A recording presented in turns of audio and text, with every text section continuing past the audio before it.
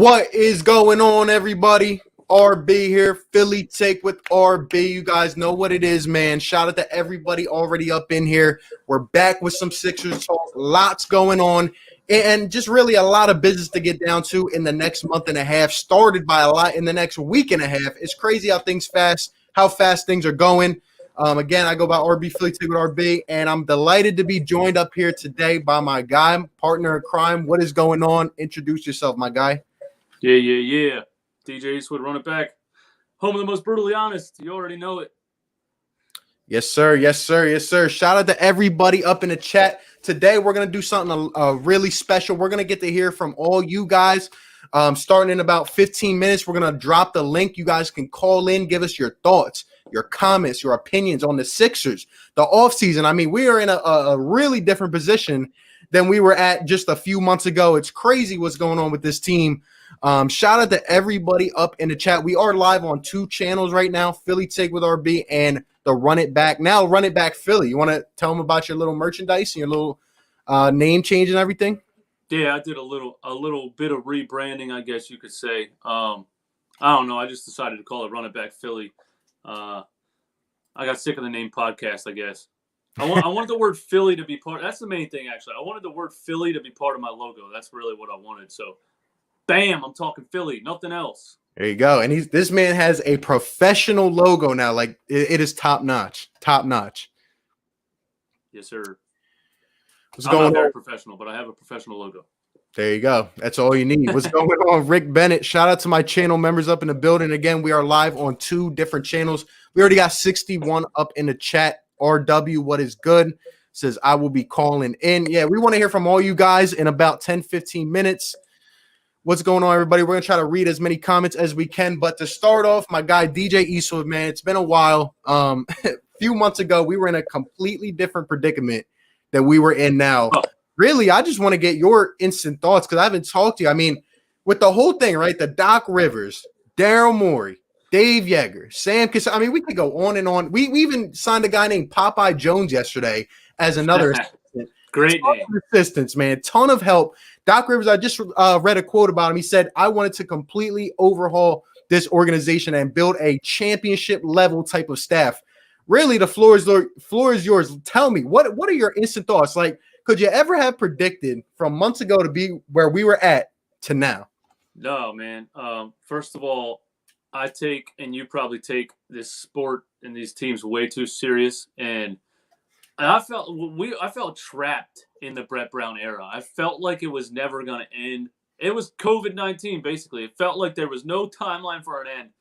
And finally, it's over, and it's like a weight is lifted off your shoulders. And then you start to see, I probably said on a million videos, these people don't know what they're doing. And finally, we get somebody that's coached for 21 years, somebody that's been a GM and made trades and brought all-stars, people that know what they're doing. I feel like they talked to Doc, and Doc was like, face-to-face with Josh Harris whenever they met. He was probably looking at him, and he was probably like, listen, dude, I'm either going to retire or I'm going to do exactly what I want. And they were probably like, hey, we tried, and we clearly can't do anything right. So please come here, and please do everything right. And he just came in and changed everything. This guy's got to go. This guy's got to go. This guy's got to go. All these dudes, man. The one guy was like an analytics expert that was in charge of lineups. I'm like, so you're telling me that these third corner death lineups were because some guy sitting in an office coming up with lineups? It's just that's so ridiculous. I'm just so happy it's all gone and we have a fresh team of people. I really am. Hey, I agree, man, 100%. I mean, we know this. We needed some structure, right? We needed some fluidity in the organization. I mean, you got this guy sticking his nose where he shouldn't. You got this guy giving his opinion where he shouldn't. We knew Elton Brand didn't do enough to get it done. And at the end of the day, I mean, just to see in a couple months going from Brett Brown and that ownership group, the way they were kind of, involved in the basketball decisions. You said it yourself. We need basketball minds. And that's all we've done is bring a lot of these personnel in. And now we still got some work to do. But I mean, I think this is a perfect first step, really, to get us going in the right direction. Yeah, it was like, I think rich people just think they can do whatever they want. And like, just because you're in that position doesn't mean you know what you're doing. And people run all kinds of businesses into the ground. You know what I mean? I don't know if you're old enough to be. I was in the nightclub scene for years. So many nightclub owners I ran into would be partying, giving away free bottles in their own VIP section, and 2 years later the nightclub's closed and gone because they blew everything, like because they were a rich idiot that didn't know what they were doing. Like, you gotta own the thing, pay people to run it that know what they're doing, and don't even go near it. Just count your money on a beach somewhere. Right. I mean, I absolutely agree. It's like just some of the things we heard, we just knew like the circumstances weren't right. Like, there's just, I mean, it's just certain things, just simple decisions that are not right. Now, my follow-up question to you would be, obviously, we're both happy with what's going on. I mean, we have some highly qualified executives and basketball minds now in this room. My only question to you would be, do you think the ownership will finally take a step back and finally learn that it is time to let these basketball minds go to work and let them kind of take control? Yeah, I think they will. I think they really pay attention to social media. Or if they don't, they have people that do.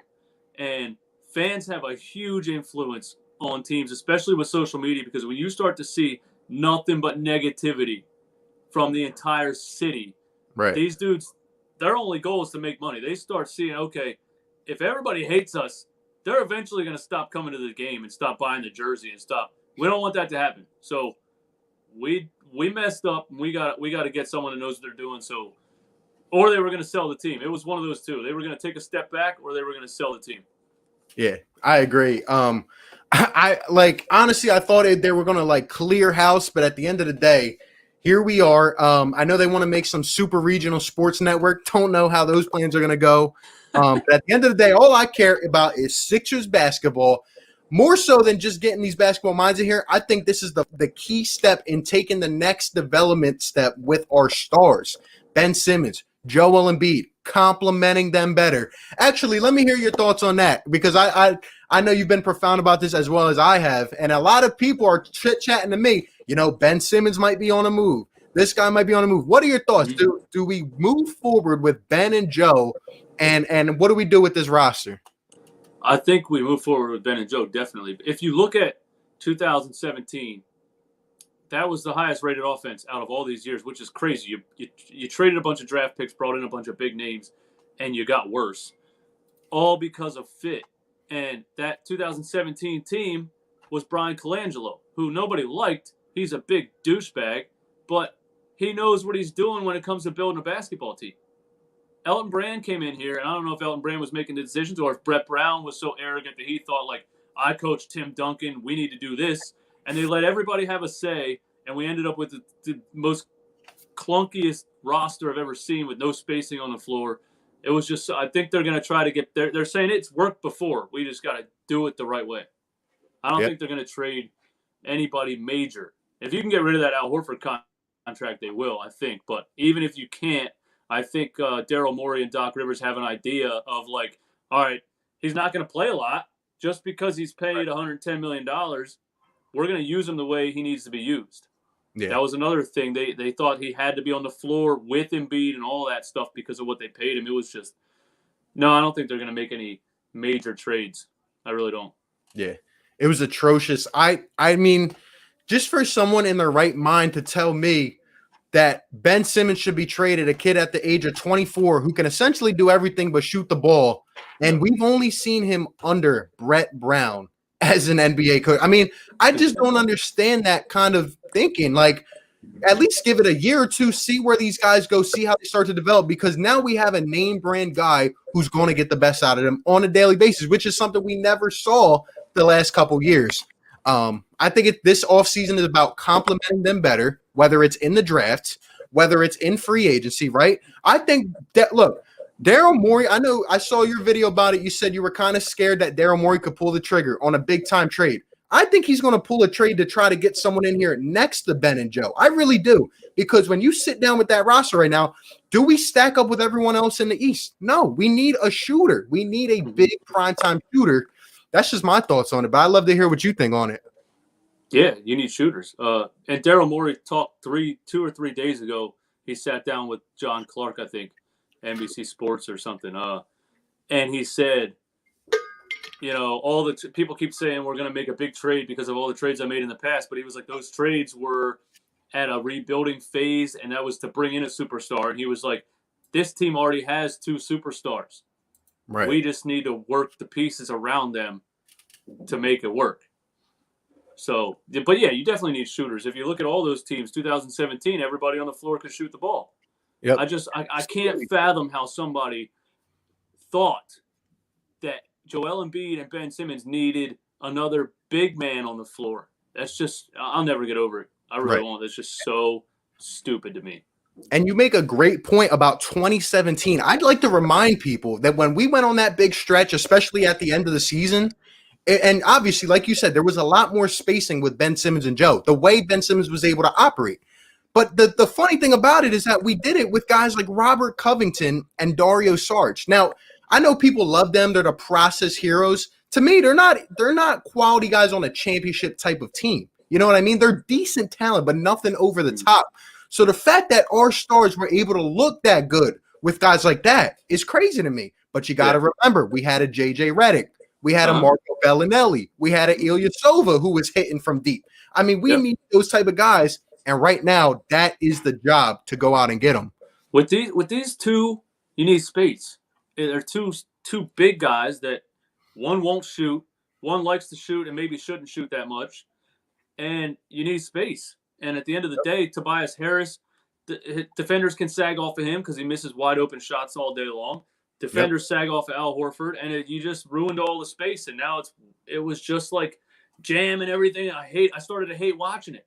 Yep. Every single game was painful, and we both know that. Shout out to Superhero. I mean, it's a great point. It says the thing with the Daryl Morey was Morey wasn't going to let them touch the roster. I agree. That is the type of guy Daryl Morey is, which is why I thought that we wouldn't even go out and sign the guy, because I just felt like it was years down the road from even happening, if anything. And I thought that Elton Brand wouldn't be here if we went out and got Morey. So I'm kind of surprised that he kind of, took a step back and said, really, I just did not get it done. But yeah, I think maybe ownership felt bad for him a little bit because they hired him and labeled him the GM, but they were still involved. Brett Brown was still involved. It was a collective effort. So maybe they're like, all right, we're going to let you be the GM now, and we're going to step out of it and do it the right way, I hope.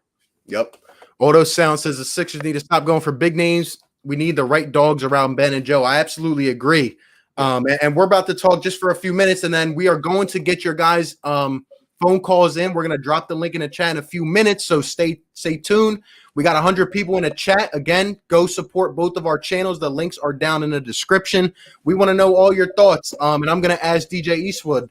In terms of the draft, I know it's kind of come up fast here. I mean, it's in a week and a half. It's crazy to think.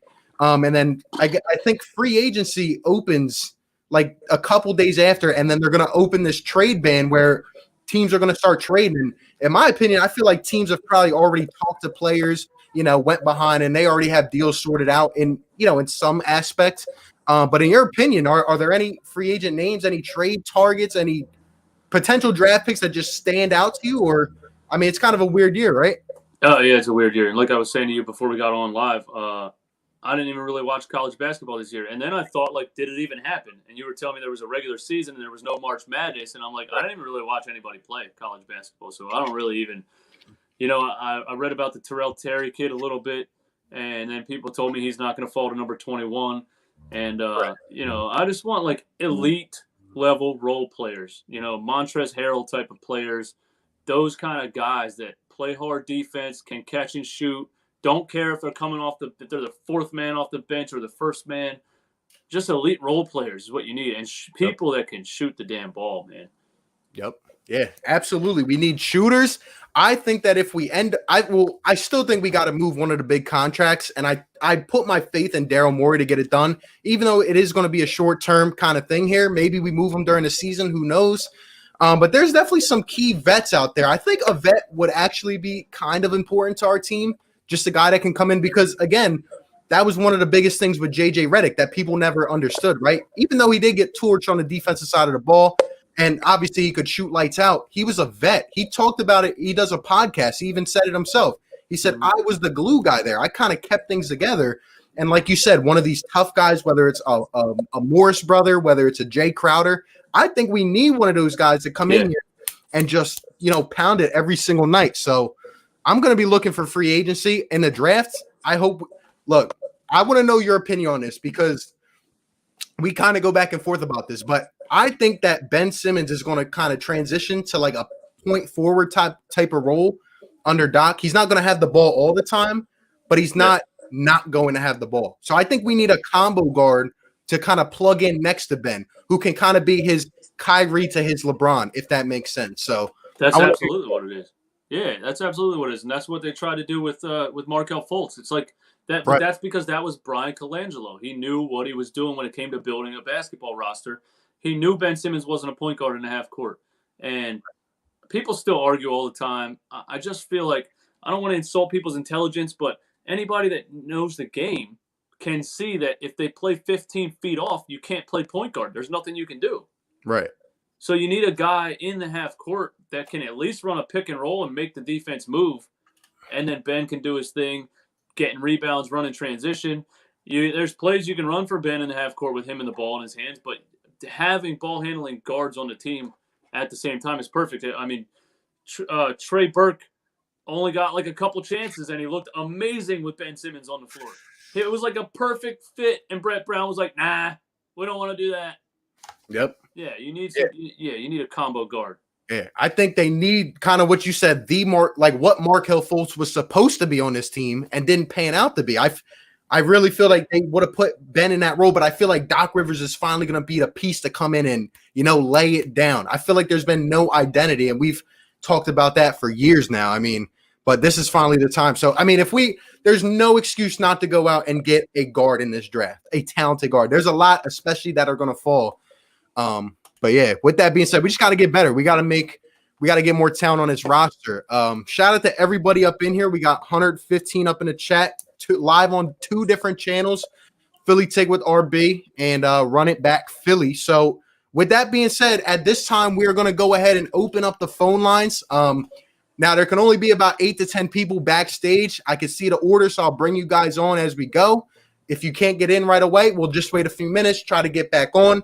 And then the only other thing we ask is that you keep it professional as always. But with that being said, we're going to paste the link in each chat now. So we're going to pin it to the top so you guys can come on. Oh, here we go. Let me see. Oh, I have to paste it in the comment and then pin it, right? Yeah, so you're going to paste the link in your comments and then pin it to the top. All right, there we go.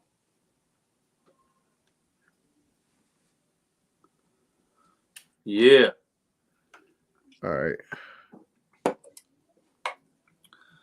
Yeah, the Markelle Fultz thing didn't work out, but I also they didn't try it again after that didn't work out. I think Shake Milton came out of nowhere, and he was like that kind of player a little bit, but they didn't really try to get a star level or a starting level player that can complement Ben Simmons like that. Right. Hold on, let me just pin this real quick. I don't know why it erased from me, but let's see. Who said don't bring no Cowboys conversation in here, dog? Who's talking about the damn Cowboys? Let's do it. Where are you at? I can't see the Cowboys comment, but I wanted to laugh about it. Because they stink! They're terrible. They're terrible. That's why we're up here talking Sixers. All right, so I think I pinned it, and I think DJ Eastwood did. We already got 4 callers up in here. So with that being said, shout out to everybody, and we're going to try to get to as many as we can. So let's go ahead and bring on our first caller. What's going on? Let's go Birds HD. Yeah. What's good? Oh, we got video. Okay. Can you hear me? Yeah, Yes, and just to make that clear, you guys can put on your video if you'd like. If not, then you'll just be audio. No problem. So it's up to you. All right. So the Sixers are amazing. Like, I literally watched both Joel Embiid and Ben Simmons highlights today to, get a refresher of what we could do.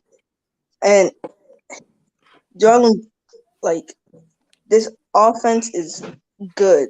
Ben averaged like what, 30, like 18, 19 points last year. He didn't even shoot the ball. And he averaged 34 points in the one game that he took a 3-pointer. 34.7 assists. Like, imagine if he could actually start shooting threes, more mid-ranges, stuff like that. And then a guy like a CP3, maybe a pick and roll with Joel Embiid, like, or Buddy Hield. Like, we just need a shooter. I watched a video about that. I forgot his name, but that guy RB talking about that he was a shooter. He's a guy that we could get. You know, he's a spot-up shooter. He could make the shots that we need because we were a horrible shooting team. And with Doc Rivers here and all these amazing coaches that we have, there's no way that we don't get to the NBA Finals. Right. And if I was to ask you, do you think that Ben Simmons is going to start shooting the ball? And if so, how come? If he doesn't start shooting the ball, I'm not going to watch the Sixers. Like, I will. But, well, you might as well turn it off right now because I ain't happening. Yeah, but he's going to start shooting it, like, not too much, but he will start shooting it. Doc is going to force him to shoot the ball because Doc is, like, an offensive guy. Like, the Clippers were a top 3 offense last year. They were great. Like, posted some records, I think, of scoring some points. So Ben Simmons, I think, will be used like a Paul George or a Kawhi a little bit, but he won't shoot too much. There you go. And I'll let Eastwood answer the question after this, but do you think is there any guys you're looking for in free agency, draft, anyone that stands out to you? I mean, I'm not really familiar with anyone in this NBA draft. Okay. But a trade for a CP3, that would be great. What was his name? The guy from the Clippers. I forgot his name. He's a power forward that got traded to OKC. He's another guy. Buddy Hield. Oh, Gallinari. Yeah. Oh yeah. Another Gallinari guy will be nice too. Yep. Hey, There you go. Anything, Eastwood? Yeah, the Ben Simmons 34-point game was the one with Trey Burke. Remember that. And he didn't play the fourth quarter. He would have had 45 easy. They just need to find a guard like that can play next to him. Yep. I mean, there was a pick and I think I showed it on one of my videos. There was a pick and pop where Trey had the ball, Ben sets a screen and pops out and shoots a 3. I'm like, I wanted to see it more. And Brett didn't want it to happen, but I hope they can make it happen. I hope Doc can make that happen a lot more. There you go. And last question I'll ask you: do you think the Sixers are going to have a solid season? Yeah, they're going to have a solid season. Of course, their offense is going to be top 2 behind the only team that can challenge us offensively right now is the Lakers and the Clippers. But we will have a solid season, over 60 wins for the first time, for sure. And there's no way we won't get to the NBA Finals. There we go. There we go. Hey, appreciate the call, my guy. Shout out to you. Yes, sir. Thanks for the call. Appreciate you, man. All right, let's go ahead and comments. Eddie, I see you. What happened? One of my subscribers, Eddie Mallard, he always comments with the flame emojis. He's always talking about smoking. He said, "Put me on the Sixers, I'll smoke everyone." There we go. We got a bunch of people calling in. Let's go ahead and get the next person up in here. We got YouTube, the HPL. What's going on, YouTube HPL? What you got for us? Hello? Hello? YouTube HPL. That's a weird name. It's a bot. I think I heard you. What's up? Yeah. What's up? Oh, I think in the draft we need to go after Sadiq. I was breaking up too much. Hey, you're breaking up a little bit, my guy.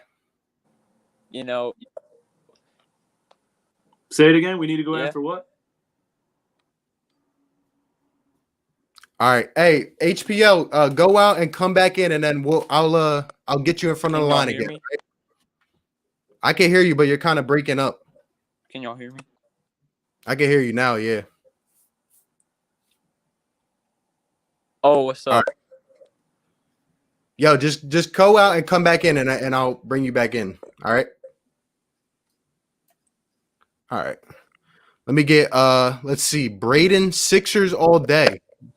Braden RW, what's up, man? What's up, Braden? Can you hear me? Good. We can Yes, hear you. sir. Okay. So my thoughts on Ben Simmons. Ben Simmons needs to shoot the ball. He has to shoot, or and he will be one of the best players in the league. If he doesn't shoot, he will not. He'll still be a good player for his defense, but he won't be the best player. And for free agency, draft, and trades, I don't know anybody in the draft except like the big names like James Wiseman, LaMelo Ball, and like Anthony Edwards. But so yeah. But free agency.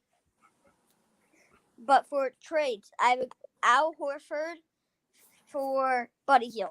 We have to do that trade because then we get a good shooting guard. We can move Josh to the 1 at shooting guard. We can have Buddy. Small forward we can have Tobias, and power forward we could have Ben.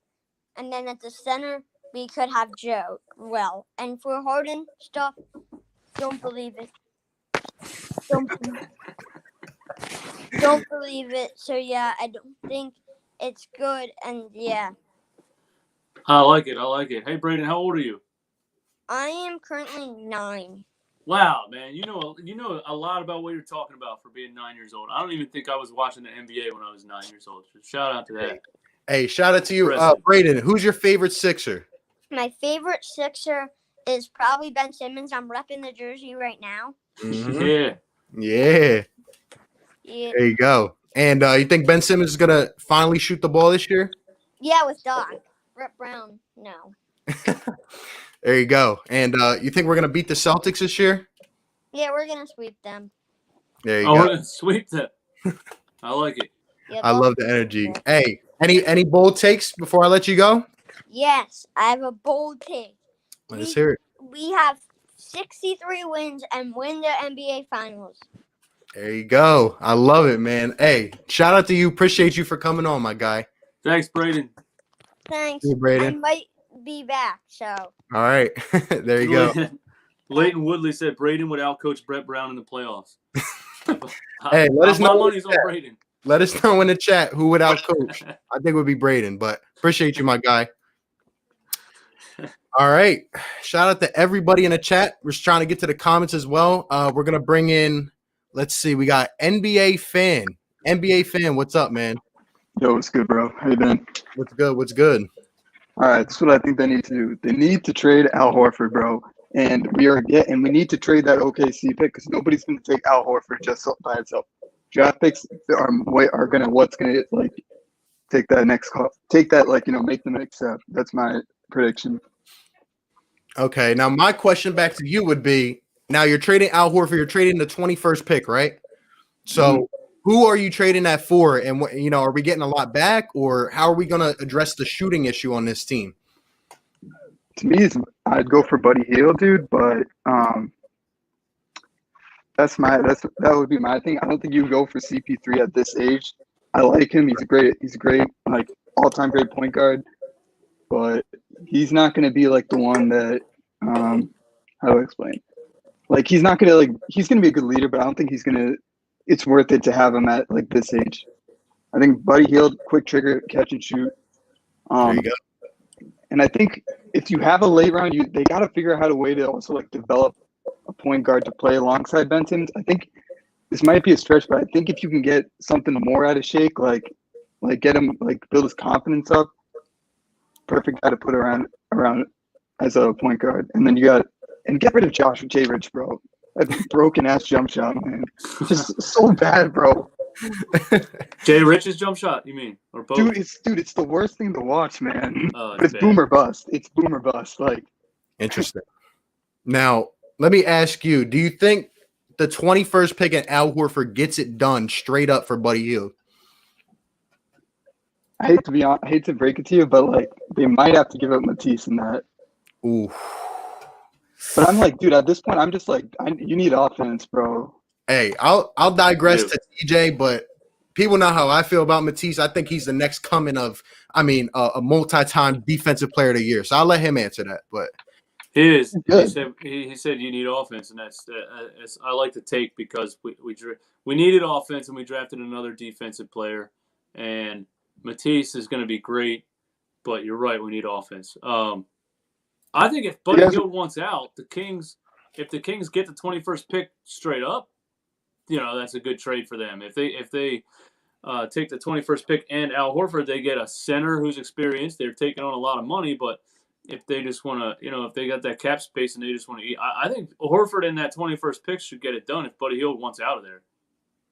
I mean, it's like, it's just weird because like, I feel like then they're going to be like, oh, you just gave us an old man and like just like a draft pick. I don't know. I'm just also curious, what do you guys think of like Zaire Smith? Is it like over for him or like it's over, you think? I'm done. Yeah, that Mikal Bridges trade is so bad. So bad. I don't understand the Zaire Smith stuff at all. I remember when they were making the trade and I watched his highlights and all I see is like alley-oop dunks that I could see from literally 100 million people in any city, anywhere. Everybody can dunk the ball, but these Sixers owners saw him do a 360 dunk, and they were like, "Oh, this is the next Michael Jordan. We got to get this guy." They have no idea what they're talking about. Yep, I agree. And before we get you out of here, keep in mind, everybody, the season's only going to be 72 games. So, do you have any early win predictions? Any record predictions? So I think this, like, they have a chance at being. So the top teams I think will be Milwaukee and the Nets, and then I think we'll be 3 or 4, probably. I think like that's like the best, and then you kind of have to build off that to get. Obviously, like I'd love to be like a 1 or 2 seed, but like I just don't see it happening. I think it'll be 3 or 4, but I definitely think we'll be better than Miami, and I'm confident we'll be better than Toronto. I don't think Toronto is going to be as good next year as they are. There you go. That's my prediction. I love it, man. Hey, appreciate 50 win call, season, 50+ win season. I love it. I love it. Shout out to you, call. Appreciate you, my guy.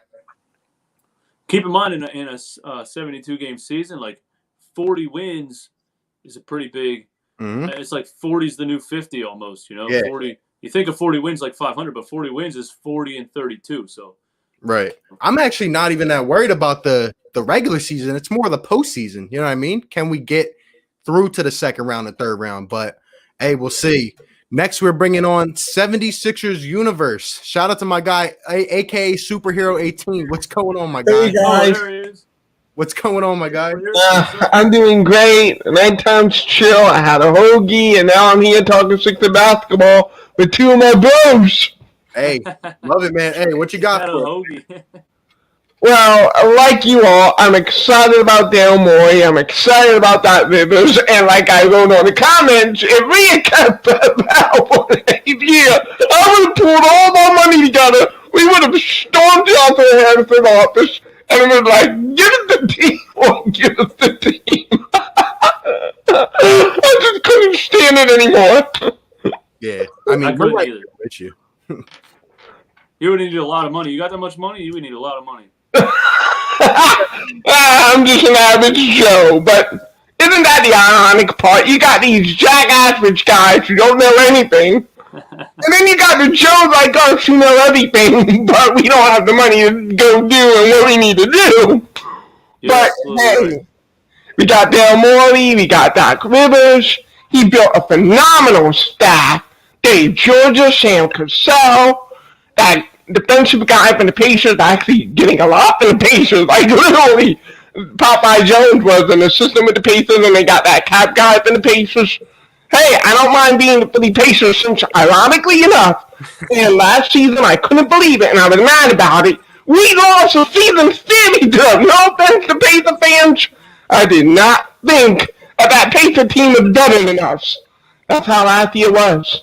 Hey, there you go. I want to ask you personally because I know your opinion on Ben Simmons. You know, you're one of them guys where he's got to be better, right? He's got to take this next step in his transformation. What do you think about keeping these guys together for some years? Well, see, my thought with Ben Simmons is this. There are two ways that Ben can take that leap. The one we all know, the jump shot. I'm a DJ on this. It's not coming, okay? 4 years, he keeps teasing us with his Instagram crap, but we know it's not real. Do it in a game, then I might think about it. The second way that he can do it, and the most interesting way that he can do it, is by being a penetrator. Can he drive to the hoop all the time, consistently? You know, J.J. Redick made that comment 2 years ago when we lost to the Boston Celtics. That was the next step, and we haven't seen it. We saw it for 2 months last year, where he was the power forward, screaming and rolling and doing all those type of things. That's what we need from Ben. I mean, it's nothing against Ben personally. Great rebounder, great defender. But when you're paid $29 million, $29 million, I need more than 15 a night, especially if you're going to start a guy like Josh Richardson and Tobias Harris, who also aren't getting it done offensively. Terrell just needs the number 2, and I don't know where it's coming from. Hey, I hear you, man. Look, I think Ben Simmons is going to just keep getting better, and I think now that Ben Simmons has an established guy like a Doc Rivers in there, I think we're going to see some good things out of Ben. I agree. Let me get your opinion. Now, I know I'm not sure if you follow the draft or free agency. Any top targets that you want? Any guys you're looking at closely? Yeah, both with free agency and with the draft. Well, with free agency, there are a lot of free agents, a lot of average ones too. If you could get a sign and trade with Joe Harris, that'd be great. 3 points from the Bookman Nets. He can knock down some threes. If you end up moving Horford, get yourself a cheap backup. See, I understand where they were going with Horford, but it's like you can use your draft pick to get that. Like, backup bigs in the NBA, what we found out last year, there's no such thing as a 6-man big man because the positions are Joel Embiid is getting 38 a night, Ben Simmons is getting 38 a night, you got Toby 35 a night. What 15 a night going to do for a big man? Unless you're Boban Marjanovic. So unless you're a scorer like that, it's literally a waste of space. Should have just used a draft pick for a backup big man. But exactly. Sorry. And a waste of money. Yeah. Yeah, you knew he was only going to play 15 minutes a game, and you paid him $109 million. It's going to go down in history as one of the dumbest things I've ever seen happen. Like you could have got a guard or a forward. Like if you knew the bench, here's the funny thing about that. If you remember last month, Brett Brown was like, "Oh, I would like to move Ben to the 4, but we didn't know we had a guard until Shake Milton." You had 2 off seasons to tell the band, "Hey, I need a star guard here." It was like a 5-minute conversation. So either you just sat there and let them sign Al Horford, or what he said about Horford occupying that low post spot last month. You remember that ridiculous comment? He must have endorsed Al Horford. So you made your own bed and you got fired as a result. Yeah. $110 million down the drain. One quick comment on the draft. Desmond Bain, I'm on that train because he can handle the ball. He's 6'4". He could shoot. I really like him. Tyler Terry, I was hot on him too. And there are a couple of second rounders I'll quickly mention. Eric Hinton is a forward guard out of the University of Houston. Maybe get drafted, maybe he won't. But he is a phenomenal rebounder. 8 rebounds a game for a guard, and he's just going after it. It's like the Reggie Evans of guards, but he could shoot. Career 40% three-point shooter. So he could shoot, rebound, defend. Count me in. And the other second rounder, who, in my opinion, should be a first rounder, everyone is polarized on him because he had a great senior year, but he didn't have a good sophomore or junior year, is, I believe the name is Patrick Pritchard. I might have gotten his name wrong. Senior guard out of Oregon. He's quick. He's a great passer. And he can shoot the ball. Like, a lot of the plays give you the Steve Nash feel. But then some of the people think it's a Fred VanVleet. Either way, the kid looks too talented not to be given a shot. So there are my thoughts on the draft and the agency. I love it. I love it. Hey, yeah, I like it. Before we let you go, give us your way too early win prediction for the Sixers. Yeah, you know, like running back said 40 is the new 50, so I'm actually thinking 45, 46, maybe 42 at the worst. It'll take a little bit of time to get them acclimated, a little time to gel. But I'm actually really excited to watch this team offensively because, and I swear, I promise I'll get the video on it sometime, I promise. But Doc Rivers runs the 21 offense, which very basically, a quick minute explanation is that you got the ball in the corner. That corner where it's like near there's this line and Shaheen and there's this corner the top of the corner, and then you're going to basically have a screen, and this early offense, you pass the ball to Ben, and you get the screen here, and all Ben has to do is take the screen and run straight to the rim. That's the 7-second offense of us that might be in Tony runs. Doc Rivers runs it too, but with Doc, and we all know he cared more about defense. So you get both things. He wanted to have that offense, you got that offense, but with someone who cared about defense. So I'm excited to see it. I'm excited to see Ben in this offense. Hey, love it, man. Think he's going to develop. Appreciate you for calling in, my guy. Shout out to you, bro. Yeah, good to see you. Appreciate you. Hey, it says right now there's like a bunch of people trying to join in. I promise we're going to get to all these. Don't worry. As people leave, you can join in. So shout out to everybody. Hey, now I know why his comments are so long on my videos, man. He knows what he's talking about, and he has a lot to say. And he just started a YouTube channel called Sixers Universe, like his name was. So go check him out. I definitely subscribe to him, and if you don't, go ahead and check out his content. He really knows what he's talking about. I might start texting him like, "Hey, what's up with the draft? What are the players I should be looking at?" Like, he might there you go, inside behind the scenes guy. There you go. Hey, we got K Dot coming into the chat, man. K Dot, what's good, man? Yeah, can you hear me? Yep. It was good, yeah.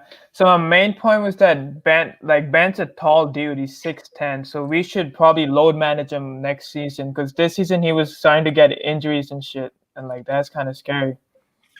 Yeah. I'll let Eastwood get an opinion on that. I have my own opinion about load management, but I'll let him go.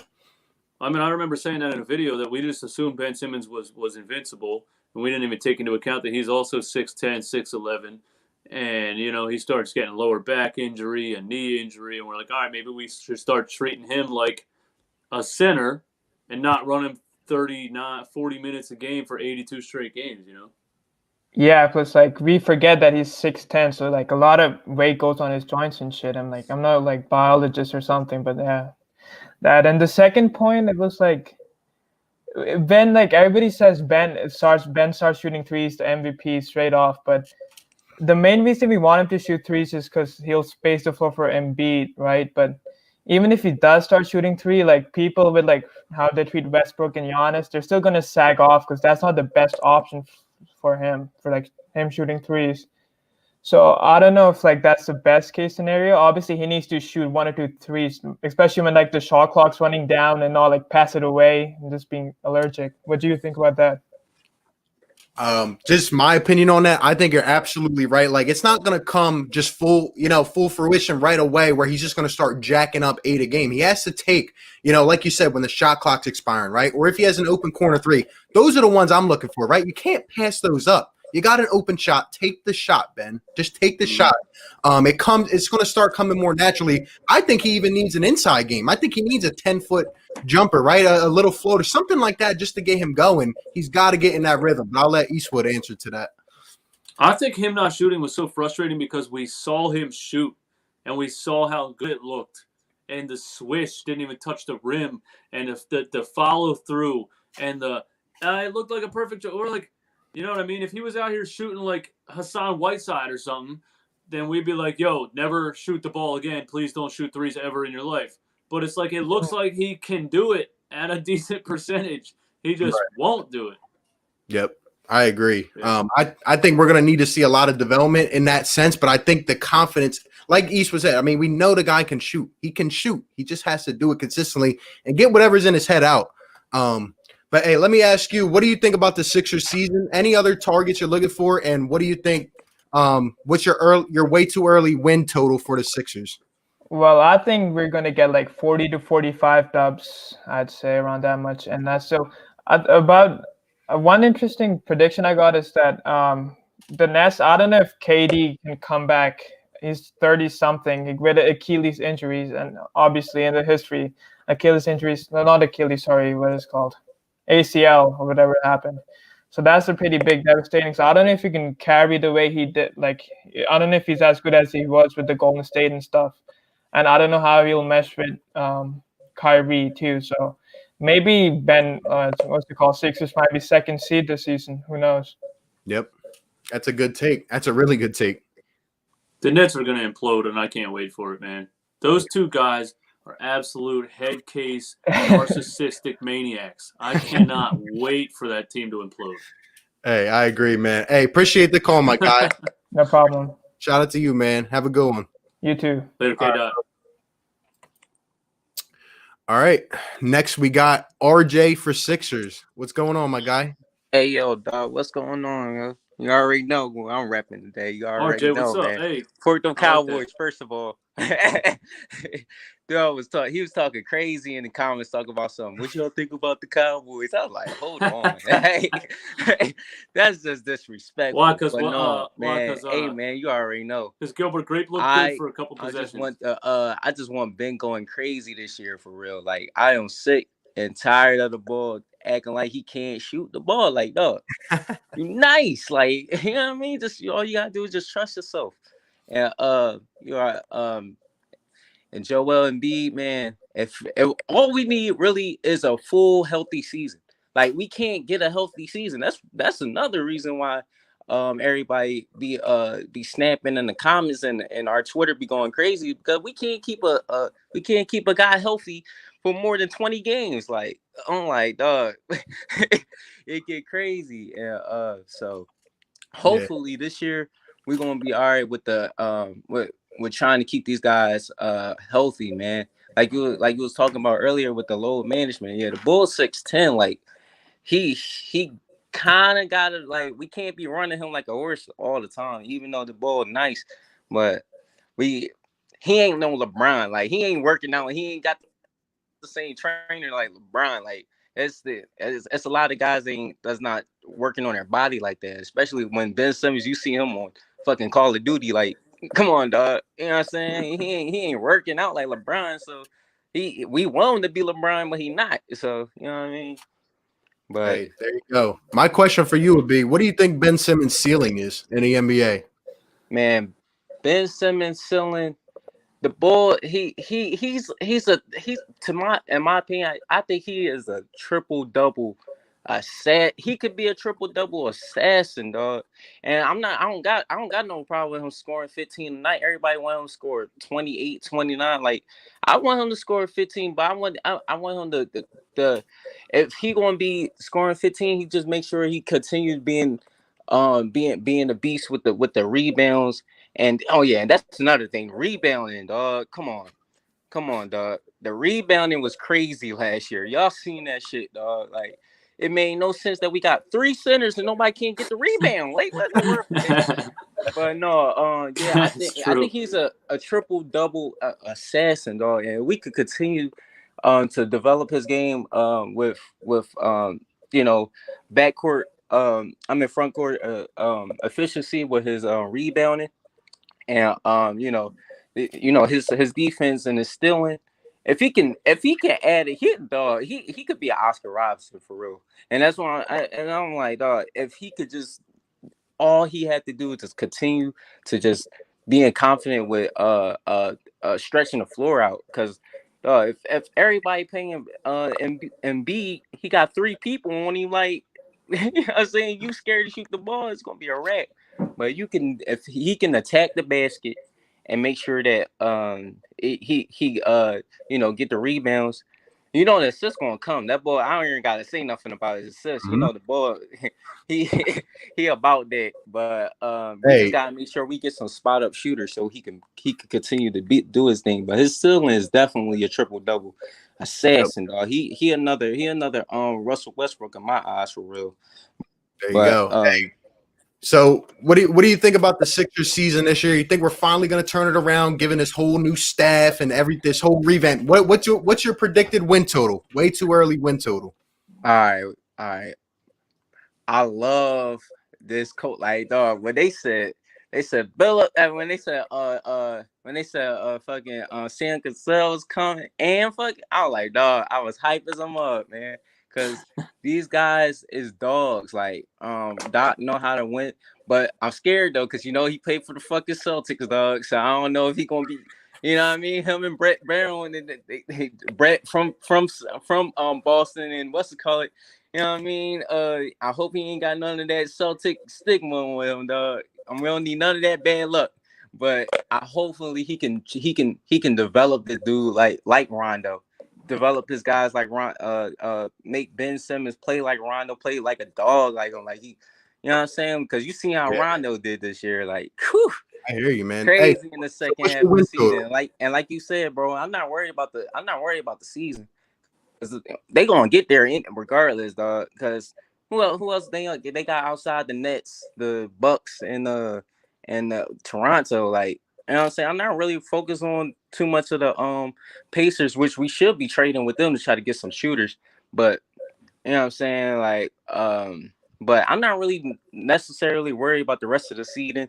I think we're gonna be about fourth or third seed, hopefully. I'm not looking for first or second because you already know if Kevin Durant is even 85%, is a wrap for this. It's a wrap for us. So that's what I'm looking forward to, seeing how we match up against dogs, because we was killing it at home court, but as soon as we leave outside the porch, dog, it was a wrap for us for real. So Yeah, I gotta agree, see what we do away. That's all I care about. If our winning percentage is more than fucking 20 games away, then dog, we in there for real. You know what I'm saying? I hear you, man. Got to be more consistent. But hey, appreciate the call, my guy. Shout out to you, so bro. 45 wins. 45 wins, dog. I got 45 wins, hopefully. I love it. Hey, appreciate you, my guy. All right, Have a man. good one, bro. Man, thanks. Hey, DJ, man, I'm always, bro, I love your fucking channel, dog, for real. You be talking that real shit. Me and my stepdad be like, yo, this man be for real. Like, everything you think of, I was like, dog, this man be for real. And thank you, RB, Thanks. man, for putting me on the show, man. That's what's up. Appreciate you, my guy. Shout out to you, bro. All right, dog. Yeah, man, thanks. All That's what right. it's all about in sports talk, man. You say an opinion and you stick to it. You don't let people that disagree with you change your opinion. You just keep it going. People are going to hate it. Some people are going to love it. It is what it is. Yep. I love it, man.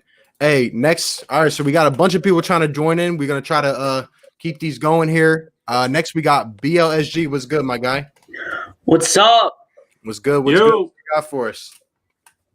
The Sixers are just going to be really good this year. I mean, with them having head coach Doc Rivers, man, no more Brett Brown. Yeah. No more Brett Clown in town. No more Brett Clown. It's a new era. It's a new era. Yep. And you think our stars are going to develop now, Ben and Joe? And what are you thinking? Joel Embiid will be a star 100%. Ben Simmons, he can kind of work on it a little bit, but I was kind of looking up like the NBA mock draft for next year, and someone who could back him up like big time here is Cade Cunningham from Oklahoma State. He is the #1 mock draft pick overall, and I really think we could use him to back up Ben Simmons if we really need to desperately. He's a #1 overall? Yeah, that's what when I looked it up. Wait, are you talking about like not this draft, but next year? It says 2021 NBA mock draft. Okay, yeah. So next year. Next year. Gotcha. Hey, you're doing your work, man. You're already Yeah. Ahead of the game, way ahead of the game. Hey, anybody, any names pop out to you from this year's draft coming up? Not really a lot popping up this year, but as I'm looking in free agency, I mean, I love James Harden.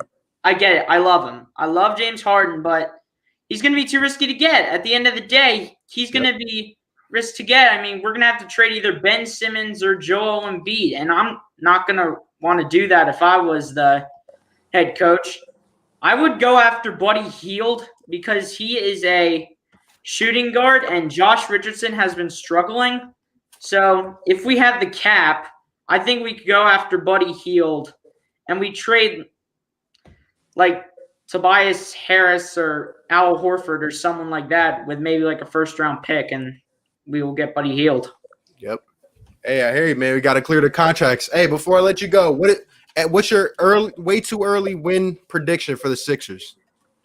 You know, everyone that came on before me, they were all in the 40s. But it's time to get serious, people. We have the trio in Doc Rivers, Ben Simmons, Joel Embiid, maybe Buddy Hield for a quartet. And ladies and gentlemen, we are getting this many wins. We are going for 50.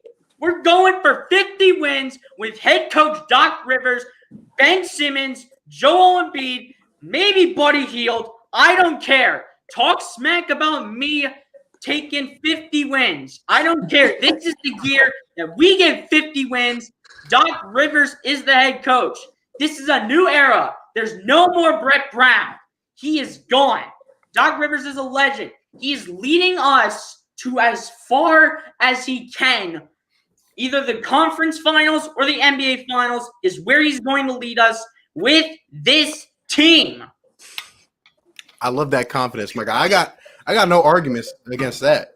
I'm good with that. I like the energy, my man. I like the energy. Hey, appreciate you, my guy. Appreciate you for coming on, bro. Shout out to you. One more thing. Don't end it yet. Guys, I have a Eagles like week 9 bye video on how we're like feeling at the bye point at week 9. You got a YouTube channel? It's currently uploading right now. So when it uploads, go check it out.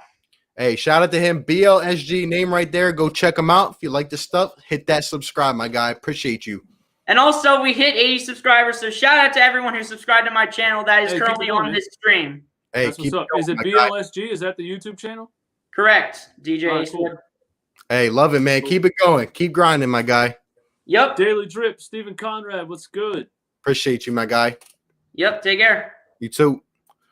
Daily Drip, my guy Stephen Conrad did a stream with him the other day. What's going on, my guy? What's up? What's up? Would love to hear from you. Next coming in, Justin, it says that you need to connect your mic or cam before I can add you in. So I'm gonna move. I'm gonna keep you there. If you connect your mic, I'll get you in next. I got probably one more, and I gotta roll. All right. I would love to stay here and keep doing this. This is a lot of fun. What's up, Justin? Hello. Hi. What's up? Hello. Yo. Hi. Justin, what's good? I think the only thing we should do is like add some guards in the roster. I think our forwards are so many on the roster. Like Shake is kind of scorer, like not playmaker. He can score, he can pass, but he's not that court general.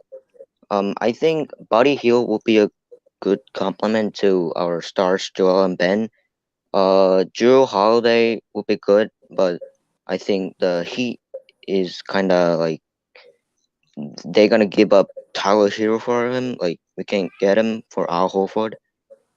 And Ben, I like him in the point guard, but to maximize Joel's game, like I think he gotta go to the power forwards. And yeah. So you're saying So you're saying Joel power forward? No, Ben to power forward. Oh, okay. Yeah. Gotcha. So Joel can play better. Hey, there you go. I mean, I think we're gonna see Ben at the forward. Yeah, maybe Doc Rivers can figure it out. Like Brett Brown couldn't, but yeah, you know, he's Doc Rivers. So yeah, you think Doc Rivers goes and gets a point guard, like a floor general, like a Chris Paul type of player? Yeah. Like I know that Doc Rivers loves to play guards play. Like he did with Chris Paul, and like he didn't have a point guard last year, but I know he kind of loves like floor general, like Rajon Rondo and Chris Paul. Yeah, for sure. Maybe we could get Trey Burke again. Like we can reunite him. I would have loved it, man. He just reminded me of Allen Iverson. Not even close to Allen Iverson, but I just had such a reminisce watching that guy play. He's just a little guard that could get to the rim and make plays. I liked him. Right. Hey, I love it, man. What's your win total prediction for the Sixers? I feel like best case 50 wins, and maybe worst case 43 or 44, like something like that. Hey, I love it, my guy. Shout out to you. Appreciate the call, my guy. Thank you. Have a good one, Hey, man. man. Hey, highlight this JC Cross comment real quick, because this is what a lot of people say that Ben Simmons needs to play point guard. He said, yeah, there we go. Ben is better with the ball in his hands. He needs to play point guard. A lot of people say that. What? We've seen it how many times when it comes to the playoffs and they play. The Suns were guarding with Aaron Baines in the paint. He wasn't even on the same court almost. And the dude just stands there with all this space, and then he has to try to force the ball to somebody else. It's a disaster. It doesn't work. If they won't guard him, it just doesn't work. And he won't shoot. If it won't shoot it, it doesn't work. Yep. Hey, I agree, bro. I agree. But they say that because when there's a point guard on the floor, Ben just kind of stands around in the corner and doesn't really do much either. So they think he has to have the ball. I think it has to be a balance of both, and he has to shoot a corner three at least. Right. That's why I think he's going to be using like a versatile type of role in it. You know, Doc talks about positionless basketball. I think that's really going to be stressed with this team. Let's see. Yeah, it doesn't have to be technically a point guard. You know, it's just a Right. Waving Future, what's going on? Hey, big fan, both of you guys. Really big fans. Thanks, man. My guy. What I'm thinking is maybe, we should re-sign Alec Burks to maybe 1 year, because he was mostly the main player that was going good in the bubble of, all these times, maybe to like 1 year, and get Buddy Hield and stuff. And, if power forward is not really going good, we can maybe bring back Dario Saric. He was really good, But that's what I think, But yeah. Hey, I'll let DJ speak. I would love Alec Burks back. Love. Yeah. That's all I got to say about that. Yeah, I loved Alec Burks. When they traded for him, he didn't play for like 3 games for no reason. Then he came in and dropped like 20 points. And Brett said, nah, that's too much good stuff happening. And then all of a sudden, Howell Neto comes off the bench before Alec Burks. The guy wanted to lose and get fired. He had to. It's stupid, when they're doing really good, bench them and then bring out Raul Neto and just lose half of the lead. Yeah. That time in like game two against the Celtics, we were doing really good. Puts Raul Neto, and look what happened. Yep. Boom. I'll never get it, man. Hey, what's your win total looking like for the Sixers this year? Come on, give us something. 55, because, with Doc Rivers coaching and, we got Dave Yeager and like a whole bunch of assistant coaches, maybe 55.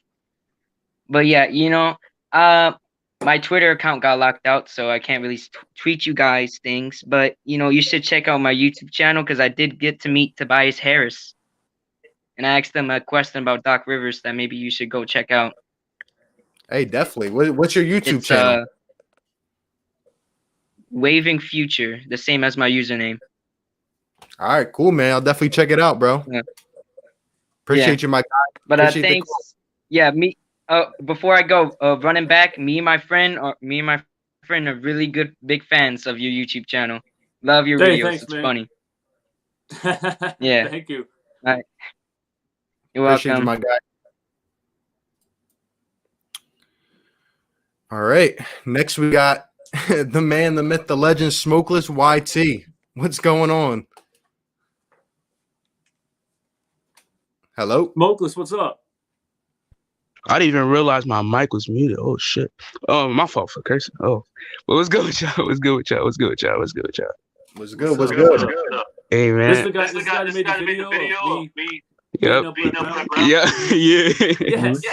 Yeah. Hey, Smokeless, you turn down the volume. You said turn down the volume? Because we can hear us. Oh, all right, about yeah. All right, how about now? All right.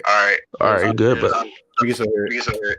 yo, I feel like I believe DJ Eastwood brought it up on one of those videos. I think he took like a screenshot of one of my videos. It's like when I brought up the teams we had in the past and the net ratings we had, I feel like we just need to go back to like 2017, 2018, you know?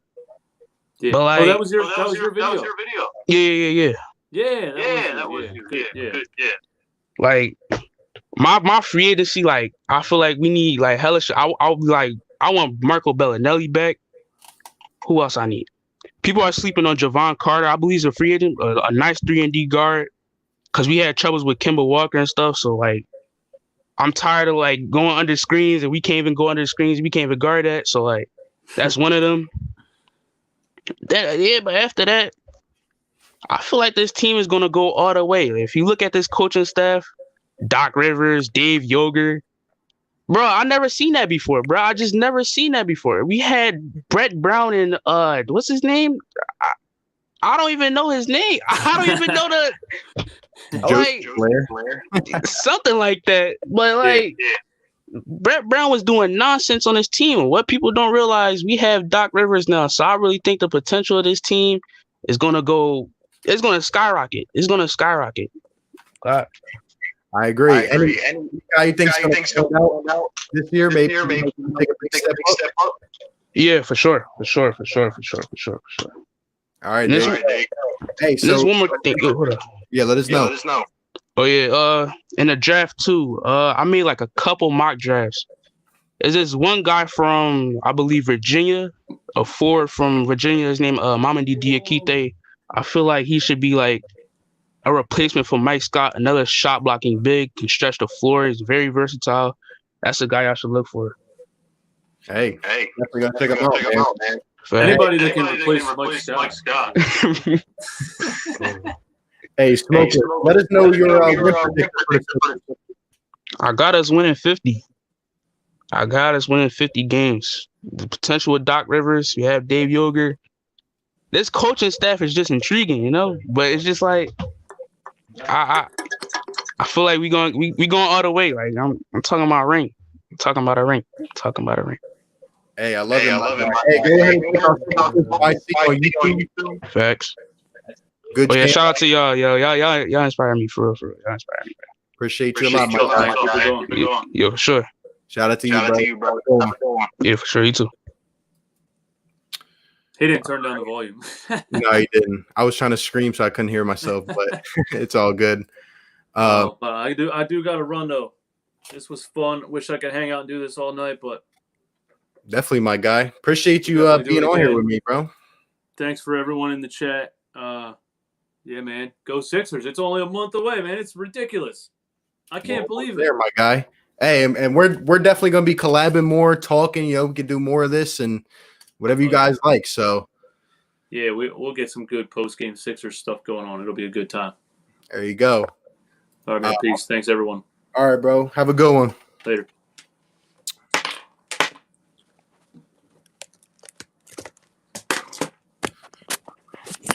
With that being said, I'll probably stay on here for at least a little while longer. We've only been on an hour, so I mean, we still got more callers coming up in here. Let's see, man. We got people coming in the comments. I understand if you're on Eastwood's channel and you don't want to stay, it's all good. But I mean, we still got 100 up in the chat. So shout out to everybody. I'm gonna leave the phone line open. If you guys have not yet, please hit the like button, subscribe if you're new. Gonna keep doing a lot of this content. The link to the call is pinned in the chat on either channel. So if you guys want to come in and talk, well, the line is yours, man. The line is yours. That's a nice logo, man. That's a nice logo. But hey, let's go ahead and get the next caller in here. We got Rick Bennett. Rick, what's up? Hello? Hello? What's going on? Can you hear me? Yep. What's going on? What's good? What's going on? What's up, Rick? I see an empty plate and a monitor. At first. Say it again. Oh, yeah, I had potatoes, stuffing. Oh, I do have a question to start out with. Sure. My question is, what were the two positions that Ben Simmons played? The two positions. Yeah.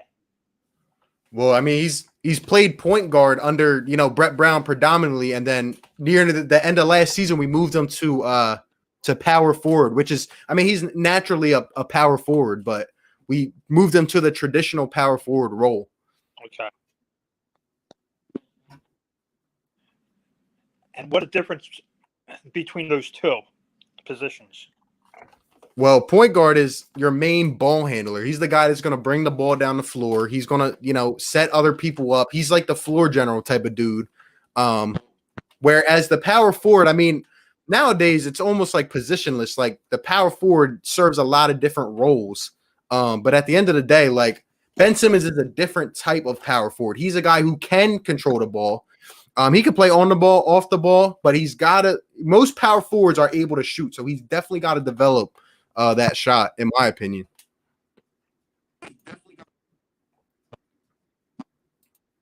Okay. Because I was doing research on that, and would people have if Ben just continues what he has been doing the past couple of years, or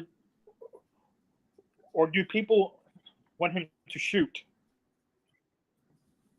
I think everybody wants him to shoot because at the end of the day, in my argument, like Ben Simmons not shooting holds back offense in a lot of different types of ways. Like, he's a liability in terms of, they're going to take their guys off. If he's behind the perimeter, they're not going to worry about him. They're going to be able to put pressure somewhere else. And then even when he comes in the lane, they're going to be able to kind of make a wall and collapse in there. So I think he has to shoot. And I think it's only time before he does.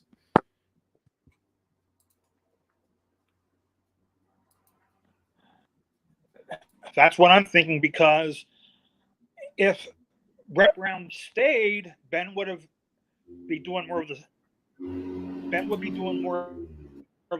same. He won't be shooting. So, right. How often do you think Doc will have him start shooting? Like every game, or like once every 5 games, or what? How would? I mean, the goal is to get this guy shooting every night, in my opinion. I mean, it's going to come natural to him. Like he can shoot the ball. He just doesn't have the confidence there yet. I think it's going to – I mean, Doc Rivers is going to have a talk with him. He's going to have to design the offense, kind of see how it's going to flow the best way possible. But overall, the best way to have a chance to win is for every guy on the floor to be able to at least shoot something. So I think Ben Simmons has to shoot the ball. Like the one guy said earlier, I mean, he's literally a walking triple-double. He's got to at least keep the people honest. That's the most important part, right? We're not asking a guy to make 5 threes a night, but we're asking him to keep the defense honest. Because if they got to come out and take a step on Ben, he's going to drive right by him.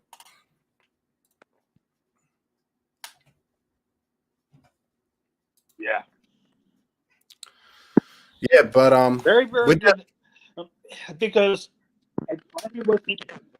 yeah. Hey, with that being said, what's your win prediction total for the Sixers? I don't have 20. I mean, whoops. 55 wins and 25 losses. There you go. Hey, love it, my guy. Appreciate the call. Yeah. All right, have a good. Hey, appreciate it, Rick. All right. We got a bunch of calls flying in here. Next, we got Dominic. Dominic, what's going on, buddy? Hey, what's up, man? What's up? What's up? I've been thinking about a lot of things recently, especially with all the board members. I've been thinking, especially since I've recently gotten news that the former Pacers assistant coach plans to join the current 76ers position as assistant coach. What's your opinion on that? Do you think it's a good move on the Sixers eventually signing him? And who exactly are we talking about? Hold on, let me say that. The guy from yesterday or the day before? Is that who we're talking about? Yeah. Popeye Jones. hmm I mean, at this point, like Doc said, he's building like a championship type of staff. He's going to be one of those. I mean, he's not going to be one of the top guys on the staff, but at the end of the day, he brings more of a defensive presence along with the other guy we also got from the Pacers, Dan Burke. But really, in my mind, the main trio is going to be Doc, Sam Cassell, and Dave Yeager in my mind. But all these assistants help, man. I mean, we need guys to help develop the talent on our team. That was a big emphasis, and I think it's going to be a good thing. I've also been thinking about. I've been recently seeing these polls on eventually who's going to be here by like the end of the season, end of this free agency, with all the rumors and trades, especially of Drew Holiday and James Harden. I think we're definitely not getting James Harden overall because I personally think that they're taking him as untouchable, and with all the bad, terrible contracts that we have, I don't think they'll definitely take that price for just one player in return. Hey, like I said on my James Harden video, man, like people like to imagine the scenario, but they don't actually think about it, right? James Harden is going to make $41 million next year and then $44 million the next year. There's no way that's fitting into our team unless we were to blow up 2 big contracts. Honestly, we're not getting James Harden. We're going to rock with our stars going forward. It's a lot of noise. At 31 years old, I don't think it would be smart to trade for James Harden and give up a guy like Ben Simmons. Yeah, if anything, I'd say the most realistic in any sense of a trade scenario is definitely Drew Holiday or CJ McCollum, in which the comparison between CJ and Tobias that they have in common is both are decent role players in the starting lineup and are heavily overpaid.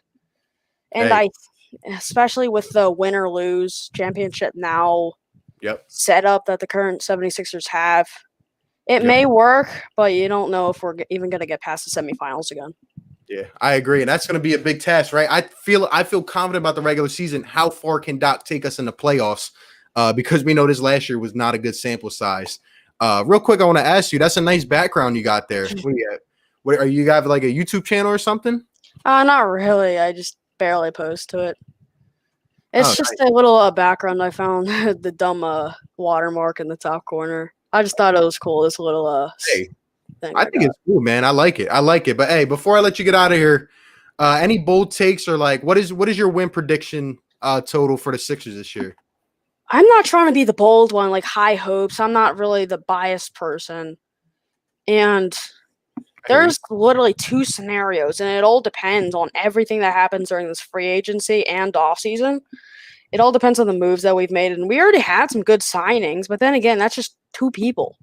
And Doc is a good coach and all, but he's just one guy. And like I said, with the win now mindset that the 76ers have, I think the realism is, I think everyone agrees that the 40-50 is definitely the most good choice that we have, but worst case scenario is definitely 30s. Oh, all right. There you go. Trying to keep it level. But hey, appreciate the call, my guy. Shout out to you. Appreciate you, bro. Have a good one. See you, man. All right. We got 2 or 3 more calls up in here right now. Again, if you guys want to talk, the link is pinned in the chat. What is going on, Dax? Hello? Hello? Anyone? All right. Looks like we got RW back in the house. Braden, what's going on? What's up? What's good? What you got for us? I just want to say something. So Ben Simmons. Let's talk about Ben Simmons and JoJo. So Joel Embiid has to. Ben has to shoot. He has to score the ball. And Joel Embiid is a good player. Joel and Ben are both young. We got to develop them into great players. And we have to make them better. And we have to make them so we can be a championship team. And also, last caller said about CJ, I think we maybe could pull that off. And so yeah, we need some bench players though. Our bench is kind of bad. Right. So, what do you think is like the main area of concern then for this team in the next month and a half till the season The starts? main area that we got to focus on is to develop Ben and Joe, and also free agency. Okay. Anyone you're looking at? In free agency, not really. But in trades, I think we have to go big or go home. Okay. But I don't think we should go that big like James Harden. I think that's ridiculous. I agree. So who's one person that you might think is realistic that you're looking at? Buddy Hield. There you go. I think it'd be a perfect compliment. Because I'm pretty sure a while back there's rumors that the Kings want Al Horford. I'm pretty sure. Right. So we could run. This would be my ideal starting lineup going into next season. At the point guard, Josh Richardson. Do you think he can still play the point? At shooting guard, I think at the shooting guard position, we need Buddy Hield. And then at the small forward, we can get Tobias Harris, who's good. And then at power forward, we could get Ben Simmons, but still bring the ball up. He just will be at the power forward so we can have a better starting five. And then at the center, Joel Embiid. There you go. And you think those two can coexist? Ben Simmons and Joe? Think they could play together? Yeah, I think they can play together. I do. I think we just had to get Brett out of there. And Brendan Doc, he's a really good coach. Yep. Coach, he did blow a lead, so. Hey, I see again a lot of love in the chat. I gotta tell you, man, for being 9 years old, you got a lot of basketball knowledge, and I appreciate you coming on here and always showing support, my guy. And now, I have a question for you. hey, go ahead. My one question is, do you think the Sixers can kind of find a way to win the NBA Finals this year? I think they will. I think they can. I think if you get the right pieces in that can complement Ben and Joe, right? And it's all about getting hot at the right time, right? Doc Rivers has to show that he can adjust in a playoff series. And at the end of the day, when you stack up us against some of these other teams, in the East, and I mean, if Doc implements the right system, I don't see why not, right? This could be our year. Tell me. Yeah, because Brett Brown did not make adjustments. He just let the players go freely. We have to make adjustments, and we have to kind of work with what we have, and we can't have Ben shooting threes like all the time. We have to make him still shoot threes, but we can't make him shoot threes like every single play, because he would just get too overconfident and miss a lot of threes. But we have to develop that to making a lot of threes.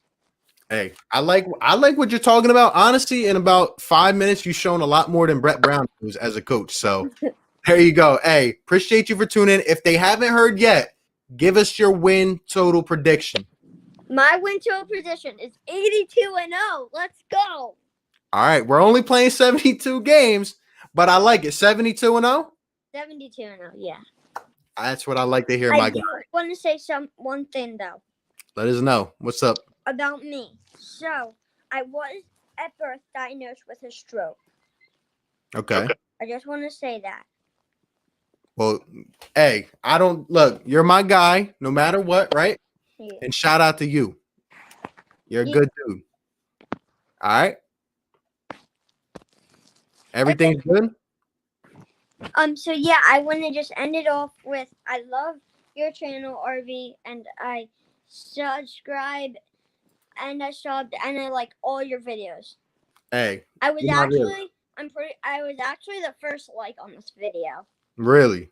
Yeah. You're a real one, my guy. I appreciate you the long way. Always. Shout out to you, my guy. Hey, we're gonna be doing this a lot more. We're gonna get you back in, all right? Okay. Bye. Appreciate you, my guy. All right, that was RW in the chat.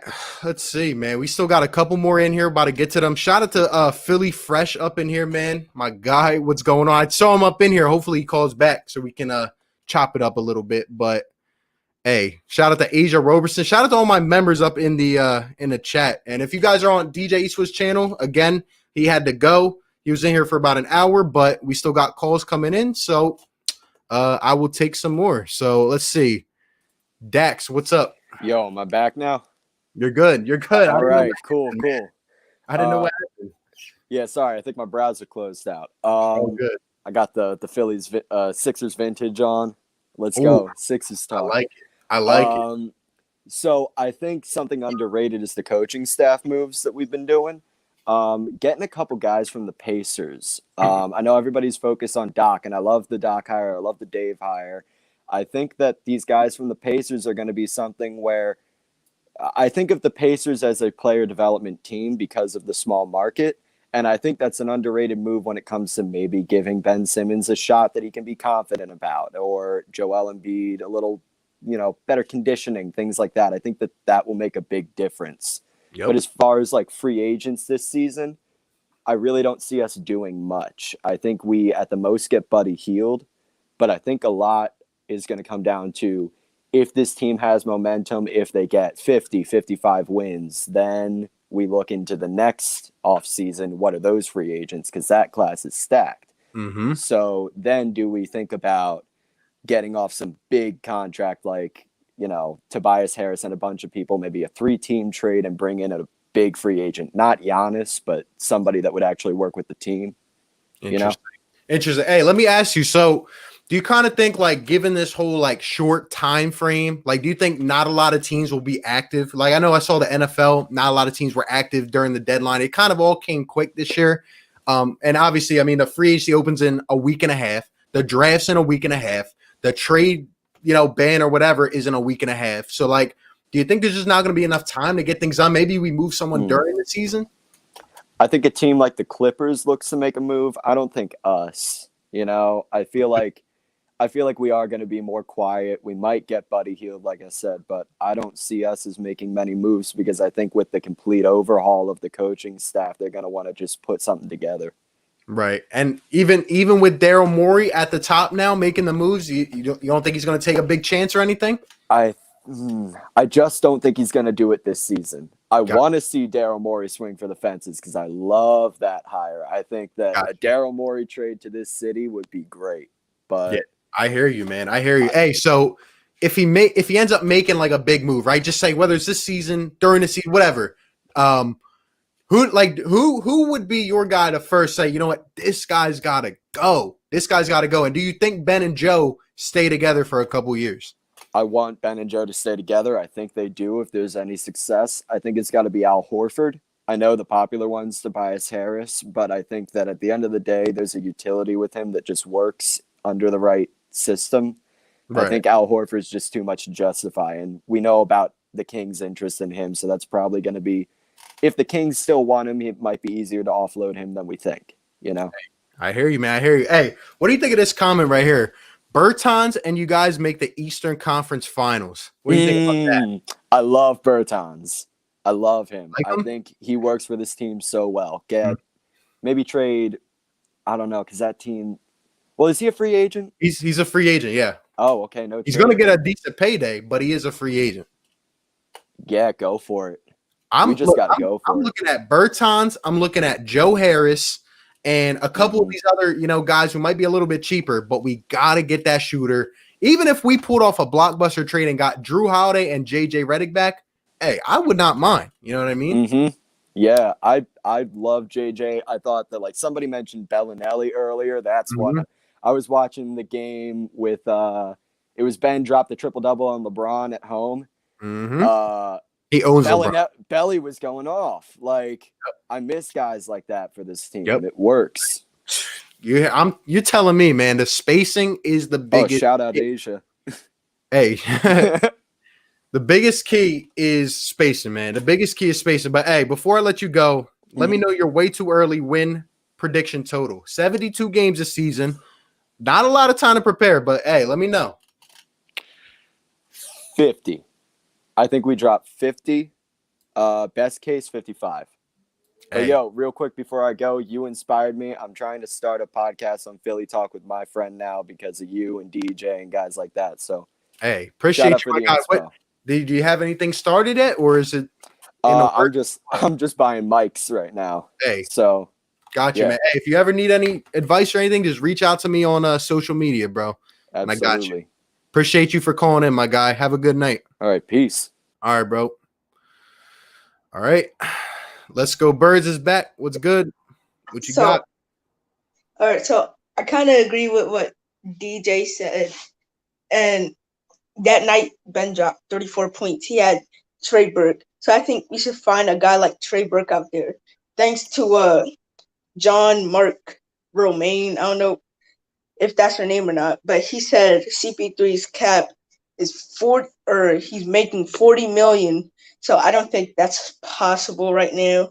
And we already lost Landry Shamet. I said, bro, I love Landry Shamet. Like, that was one of my favorite Sixers players. His shot was smooth, everything, bro. And I don't want to trade another rookie. If it takes Matisse to trade for Buddy Hield, I know, yes, we need offense. We don't need defense. But he was one of the major parts in our defense last year, and I just don't. This comment right here, bro. Who is this? That's superhero who was on earlier. He's just joking around.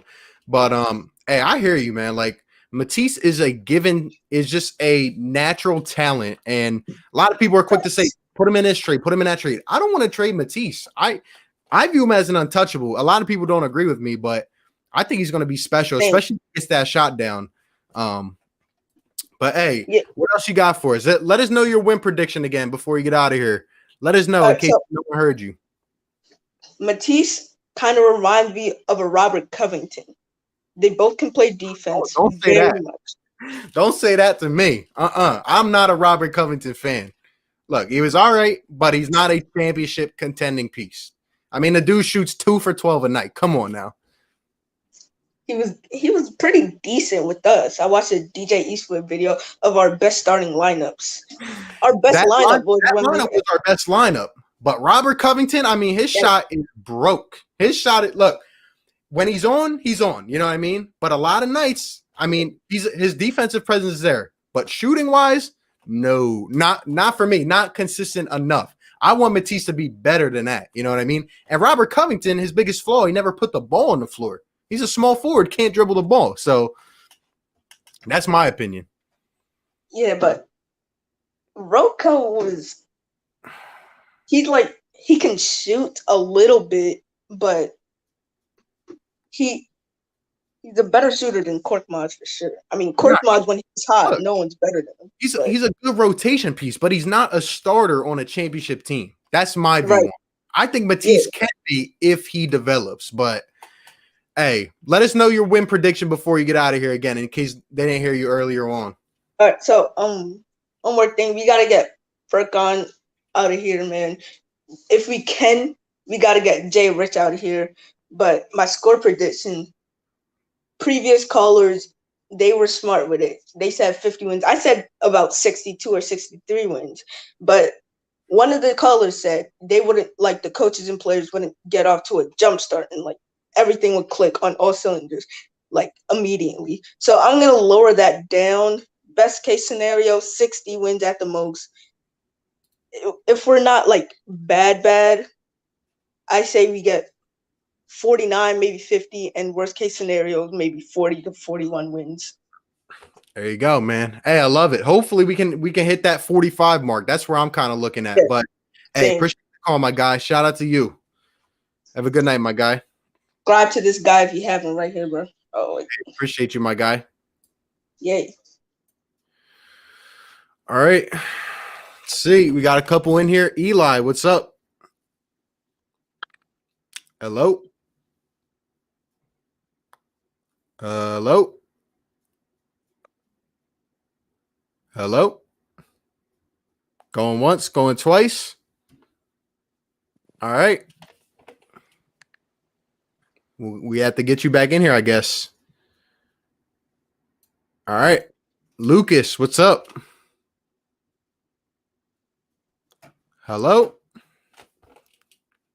What, you guys leave your cameras or something? Come on, man. Going once, going twice. Yo, what's up? Can you hear me? Yo, what's up? What's up?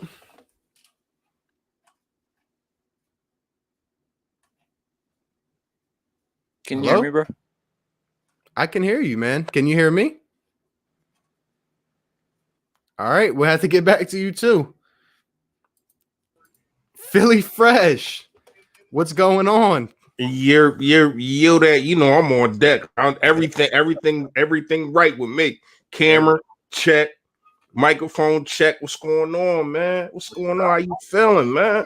Look, I'm doing good. How are you, man? Look, I had to take a little break from the Eagles, man. Take a step back, and we got some exciting things going on with the Sixers. And I know you cover them too. You guys know who it is, man. Philly Fresh. Check them out. Hit the subscribe, man. I love that hoodie, by the way. I'm digging that hoodie. You already know. Hey, listen, man. A lot of people don't know that I can break down the 76ers like how I break down the Eagles, man. But shout out to you, man. I see your page, man. I see a lot that you're doing. This calling thing is so major. Like I did one last week.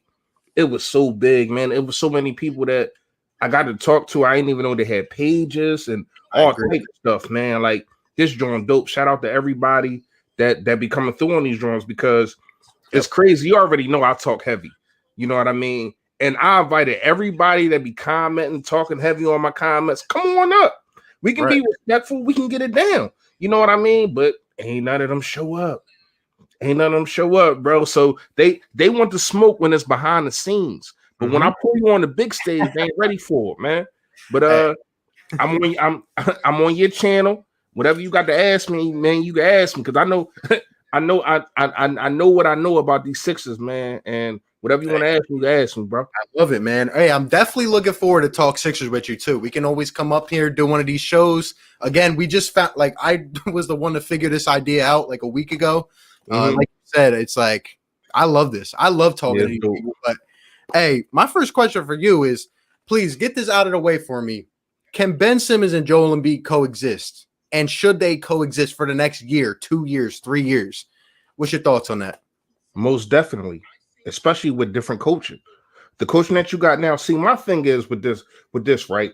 I need somebody, and I think Doc Rivers can be that guy, and also a lot of guys that he been hiring. You know what I mean? I think that what you need from Joel Embiid is for him to stay committed, for him to stay healthy in the all season, and to stay healthy during the season. What I need from Ben Simmons is I don't need you. Everybody wants to talk about 3-pointers. I don't need you to always shoot 3-pointers. You know what I need from Ben? I'm going to set this pick and roll. If they double a player, I need you to pull up and hit a jumper. That's all I need from you. Like, bro, if he does that, I'm trying to tell you, man, he can literally be the best player in the NBA. Like, it's a difference. Like with Giannis. Giannis just can't shoot. He's bad at it. Like, let's keep it real. MVP, cool, but he can't shoot. But when you look at it, man, like seriously, when you look at it, we've seen all these videos year after year of Ben Simmons shooting 3 after 3. So obviously you can shoot, dude. Exactly. Like, stop trying to pull the wool over my eye. Stop trying to tell me that like I don't even know what you're trying to tell me. Here's my thing. I love everything that they did with the president.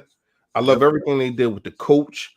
I just think I want everybody just to slow down. It might take a year because with this corona thing and with the with everything starting up real fast, like it's like it like who are you going to get? What I would do is I would check out DJ Augustine. I would try to bring him in. I would try to get Buddy Hield. I would try to get out from under Al Horford. I like Tobias Harris. I just think he wasn't utilized. Brett Brown wasn't utilized on how he needed to be. You just wanted him. RB, let me ask you a question, right? I know this is your show, but let me ask you a question. Hey, look, I'm all for this. I would love to. Go ahead. Let me ask you a question. How many times did we watch games and we seen on one half of the court, not a whole bunch of action, but a little bit of action, not even pick and rolls, but somebody dribbling the football, and then football, sorry. You already know I'm an Eagles guy, but somebody dribbling the basketball, right? And then you got three other guys on the left-hand side just standing around looking. Every game. That's the problem with me, especially when they are not spot-up shooters. You're asking Al Horford just to stand on the perimeter. You're asking Tobias Harris just to stand on the perimeter. That was a problem. I had so many problems with Brett Brown. It made me sick to my stomach. You know what I mean? I mean, he was good for what they wanted with the trust the process and all that kind of stuff.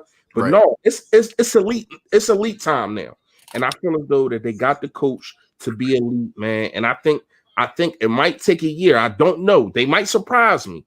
You know what I mean? I'm not saying we're gonna have a losing record. I'm not saying that we probably won't. We probably meet the Nets in the championship, not the championship, but the Eastern Conference. We probably meet the Nets, but I just don't want everybody to think that we're going to win the championship year one. Can it happen? Who knows? We done seen crazier things, but I just think it might take a year for everything to flourish, and I don't want everybody to get discouraged if it don't happen. I completely agree with that. I'm not saying, we're positively going to win a championship this year, but what I do know is the basketball is going to look different, right? This whole overhaul of the organization, right? My biggest thing is about developing the stars, right? You got to take that next step.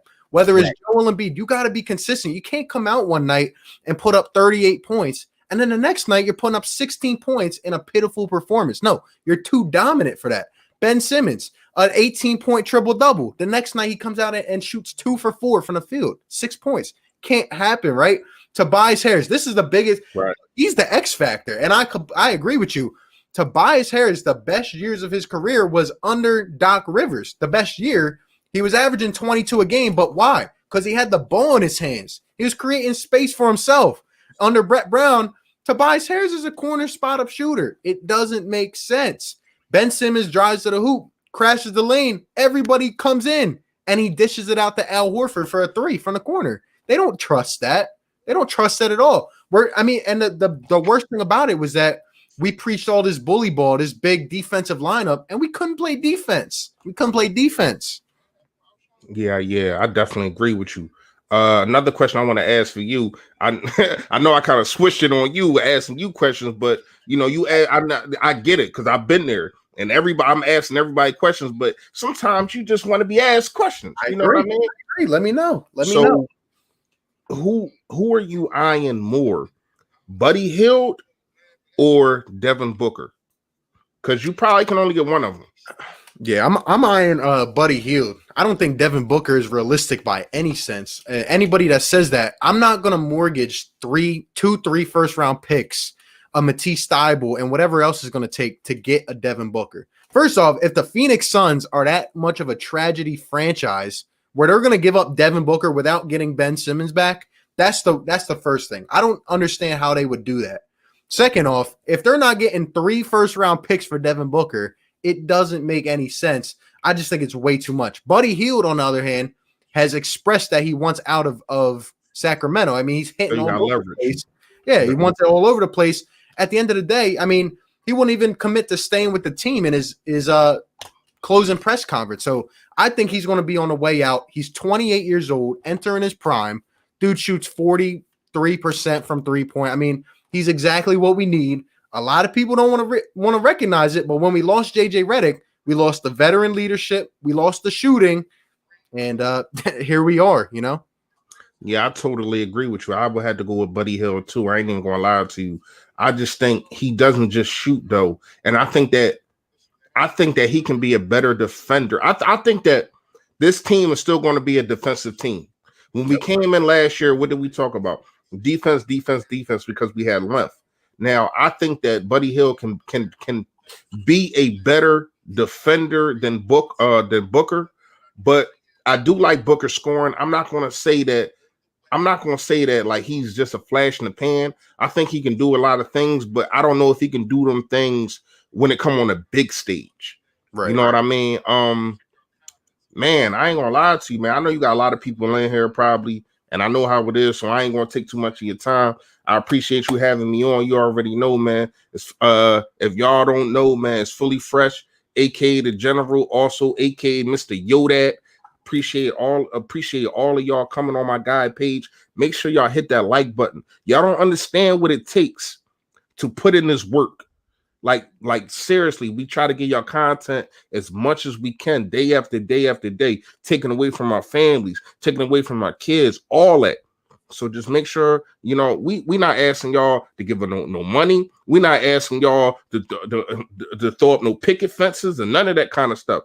Just asking y'all, just hit the like for my guy, man.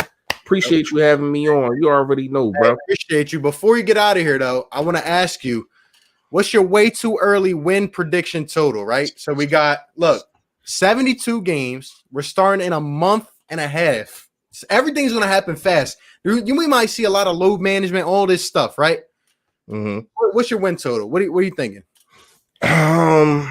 For the last 3 years, we had 50 wins, but it was 82 games. Right. I'm going to say 48 wins, 14 losses. Right? 24. Yeah, 24 losses. Sorry, y'all. Tired as hell, you know what I mean? But I think we can push that 50. I don't know what I don't know what the team going to look like. So that's why I'm trying to be optimistic. I don't know what the team going to look like. I don't know what my starting lineup's going to look like. I don't know if Al Crawford or Hawford, whatever y'all want to call him, is going to be on this team. But I like what I'm seeing. I like the way this organization is going. It seems like this organization is going up while the Phillies organization is going down. But that's another time for another day, man. Like I said, appreciate you having me on. Yo, that. Hey, sub them up. Philly Fresh. Appreciate you, my guy. Shout out to you. We'll talk soon. You already know. All right, bro. All right. We got a couple more on here. Probably stay on for a little bit. What's going on, Karma? What's up? I got some big claims for you, bro. All right, let's hear them. First of all, I've been thinking about this draft a lot. Mm-hmm. And personally, I want to hear your takes on the first through maybe fifth. Do you think LaMelo Ball actually has what it takes to actually be maybe top 10? Do I think he's going to get picked top 10? Yes. Have I always been the guy to say that LaMelo Ball is not going to become a star in the NBA? Yes. Just because his dad pisses me off, but he's got a lot of work to do, in my opinion. He still has a lot of work to do.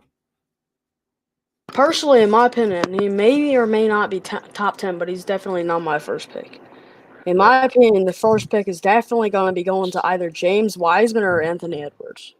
Yeah, I really like Edwards. I think he's just a natural scorer, and I think he's just going to be special. He's in NBA shape, you know what I mean? He's just ready for the next level. Crazy or not, I do think the Timberwolves may take Anthony Edwards due to them needing a pretty good shooting guard, since he's shown that pretty well at being top tier, top draft. He's already projected second to go to the Golden State Warriors. I personally believe that, if anything, LaMelo Ball's not going to be taken first, as everyone's going to project him as some god tier point guard. Next, Stephen Curry. Oh, look at this dude. Yep. No, it's definitely not him. Hey, let me ask you a question real quick. Yeah. Do you think at all his dad being kind of in the way like he was with Lonzo, do you think that could affect it at all? I think it could. I think there's a lot of pressure on him, like being a star, trying to success his brothers, especially Lonzo, who did not live up to his expectations going second to the Lakers, if I'm not mistaken. Yep, I agree. All right, what else you got for me? Anthony Davis is definitely going to resign. They're trying to go back-to-back, but I don't think LeBron's going to have it for the next few years because he's 35, 36, yeah? He's only got so long left, and he's playing like he always has been recently, duh. But personally, they're going to try and make it back. Anthony Davis is going to go back, and since this is a Sixers talk show, I'm going to talk about Danielle Gallinari. Do you think the Sixers will actually take him up? I think he's going to, require a lot of money, maybe more than what he's able to do. But at the same time, he is a good kind of forward complement. I don't think he needs to be a top option, a second option. I think he could fit in with Ben Simmons and Joel Embiid and give you 18 a night. He's actually had some of his best years in the last few. So that's how I feel about it. Yeah, I definitely agree. I think he could be a good swoop up for anyone. Yeah, I agree. He's definitely top tier. He's already starting for the Thunder, and he's proven to be pretty good already for his age. Yep. Despite the odds against him. Yep. And with all this big talk, Sixers, this guy going here, this guy going there for this and that, I personally think that the Sixers may or may not be doing nothing. Though they want to win. They have to, because they obviously got 4-0'd by the Celtics in the first round in a gigantic upset with their expectations, the championship, and the last offseason shattered.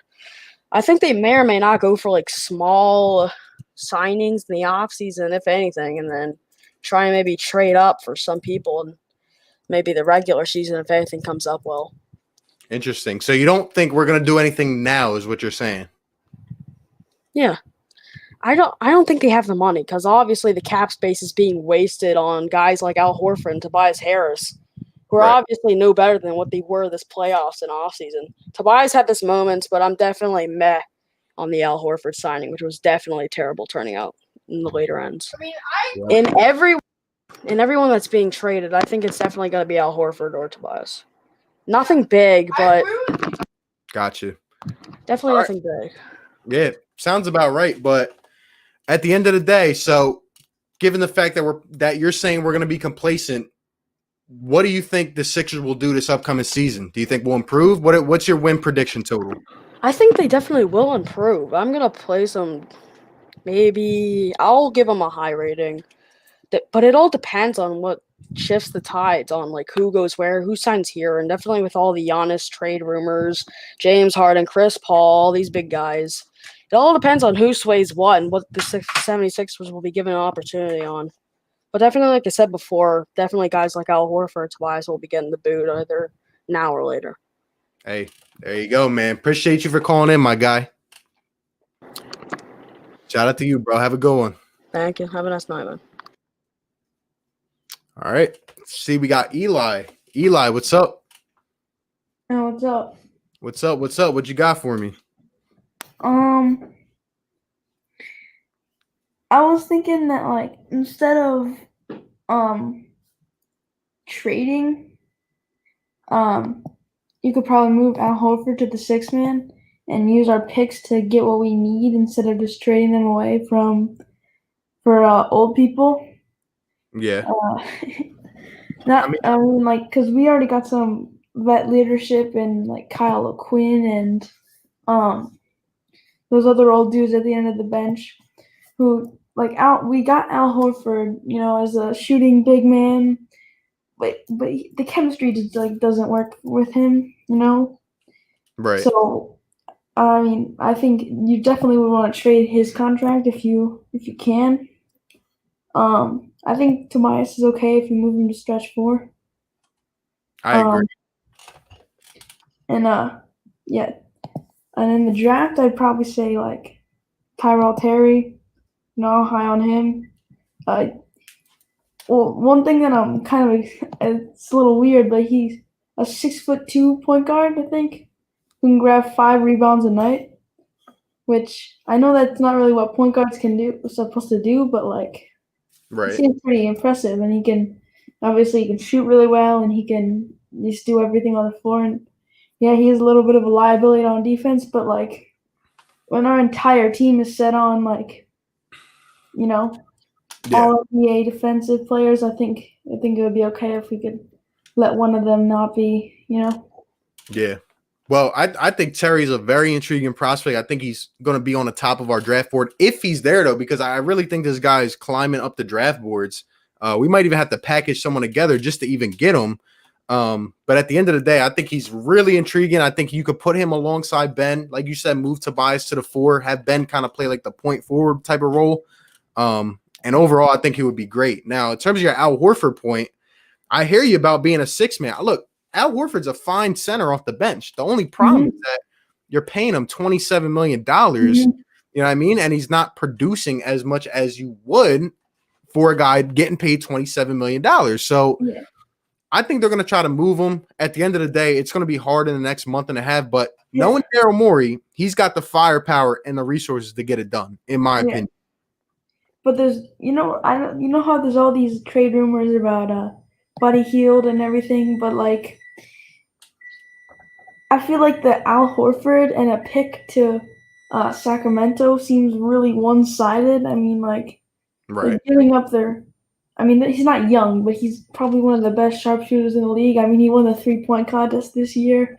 And I know he's unhappy there, but I feel like his value, if they wait maybe until the trade deadline or something, just so that they can see like that he's actually the real deal, and he can do everything that they say he can. I mean, like, their roster is so young, and I don't really know why they would trade for Al Horford when they got Rashawn Holmes. I know he's not great, but like, he's young. And like, the only thing I would say is like maybe just the fact of Al Horford being kind of a mentor piece to some of those young guys, especially like a Marvin Bagley. But at the end of the day, I do agree with you. I think it's going to take more than just Al and the first round pick. Might even have to swap some players. They might ask for a Matisse Thybulle in that deal. So it definitely gets interesting. But if you can get a guy like Buddy to put around Ben and Joe, and the only thing I will say is that we do have some leverage given the fact that Buddy has kind of showed signs of wanting to be out of there. So that's what I would say.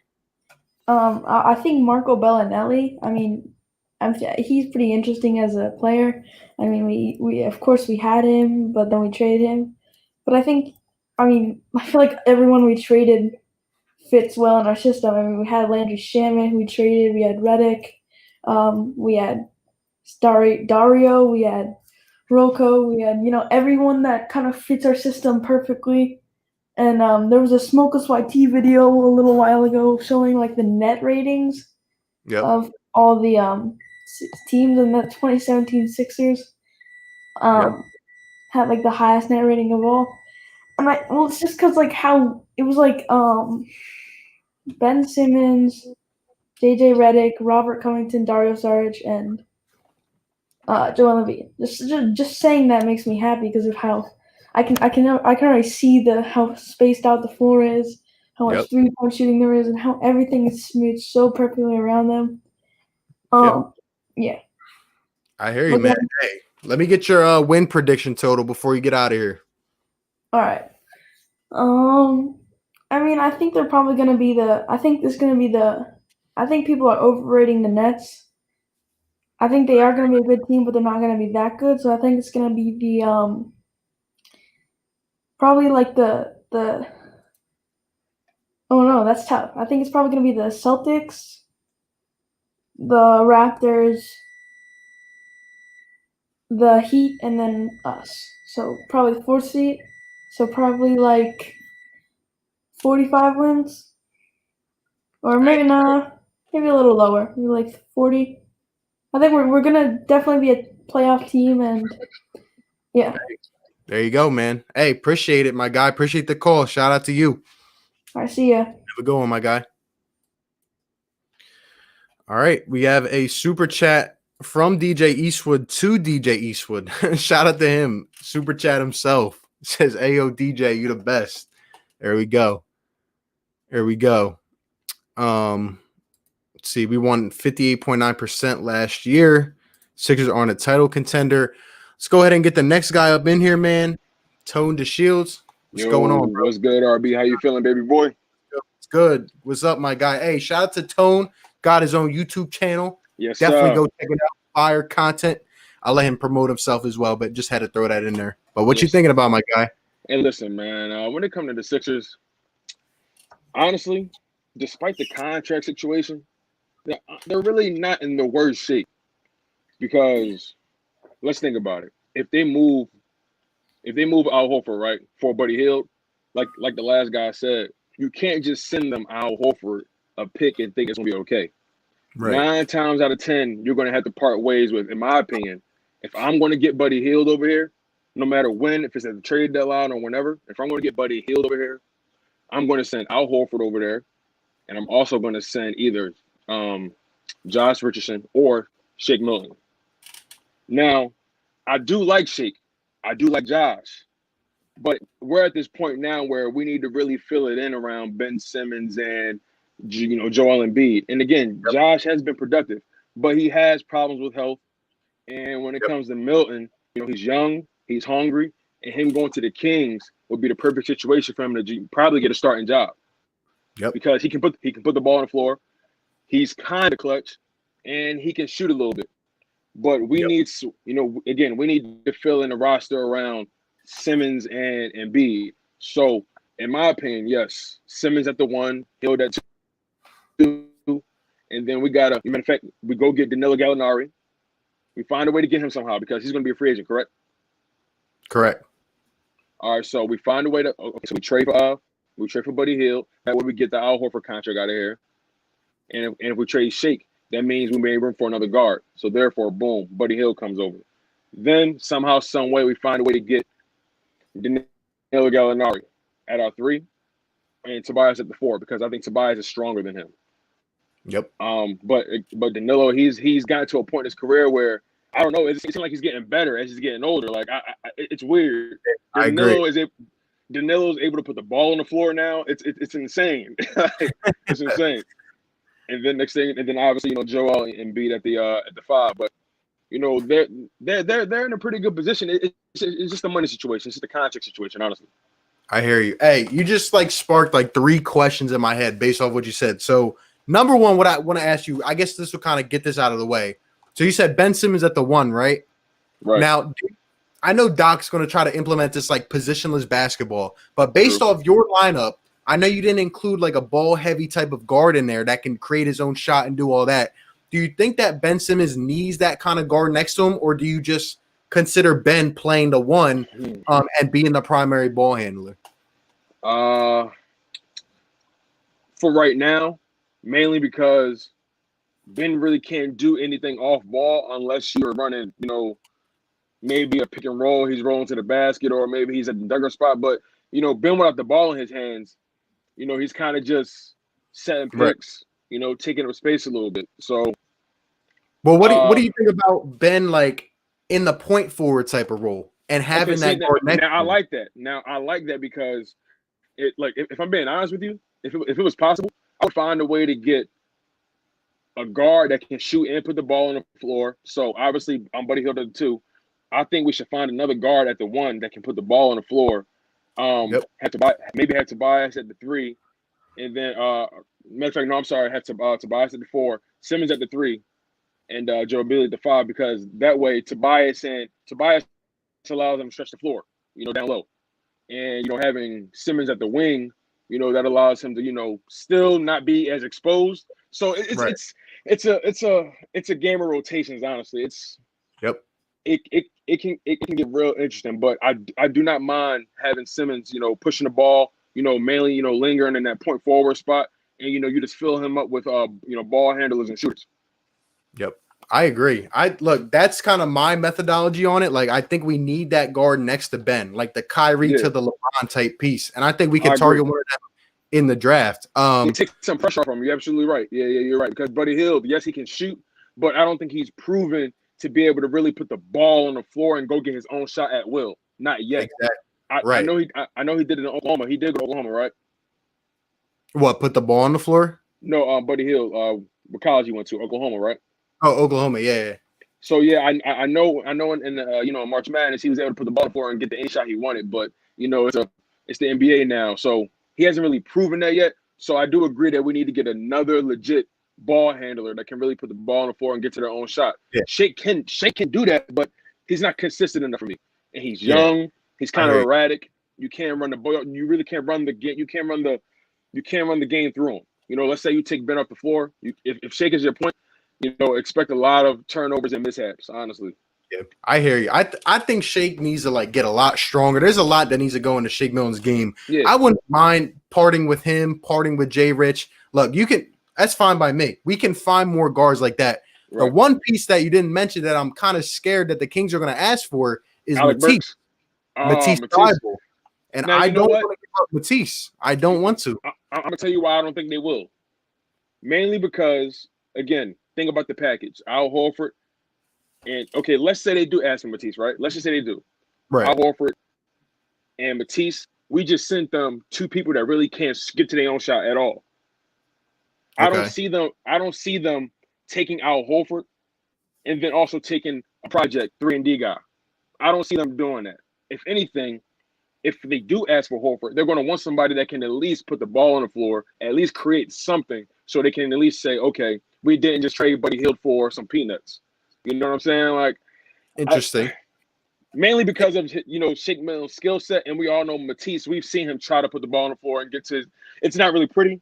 He's great on defense. He needs to really solidify his three-point shot. I think Matisse is really going to be a legit 3-and-D guy for the Sixers. The Sixers need to find a way to keep him. Like, they cannot – part ways with Matisse. His defense, he's been able to lock up some of the best guys.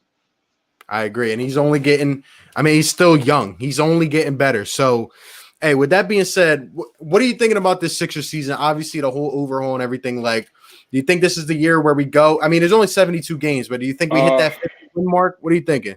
So, since it's only 72 games, and we all know the Sixers are very dominant at home, so that's automatically, like, 35 wins right there, right? In my opinion, because the Sixers, they're one of the best home teams ever. I think last year they only lost once at home. Like, they're one of the best teams at home. So, and how many games are there this year? 72. 72, yeah. So they're definitely going to get more than 45 wins, in my opinion. I definitely see more than 45 wins. So I say between 45 to 50 wins, in that maybe fourth or third seed spot, because I agree with the kid last time. Brooklyn's going to be good, but there's something about that team that I don't believe in. I agree. It looks good on paper. KD, Kevin, Kyrie Irving, Dinwiddie, LeVert. It looks good. You got all these guys that can create their own shot, but you also have a lot of guys that are waiting for their shot. You get what I'm saying? Yep. And when you have guys like that constantly behind you, that's just waiting, and they know they can care less about you. They care more so about getting their shine, because let's be honest, LeVert and Dinwiddie are trying to get big contracts. Yep. You know what I'm saying? And since Kyrie got there, that's been in the way. So I think that team's going to really implode later down the line. Boston's going to get better. The Raptors are going to get better. I heard Oladipo once out of Indiana. So who knows? Maybe the Sixers. Again, it's going to be interesting. But at minimum, I give us 45 wins at minimum. Hey, there you go. Appreciate it, my guy. Shout out to you. Shout out to your channel. Let them know where to find you again. Yes, sir. So everybody, y'all can find Tone DeShields II. Tone DeShields II on YouTube. The series is Chalk It Up, where no matter if we win or if we lose, we just got to charge to the game. So I do Eagles content, Sixers content.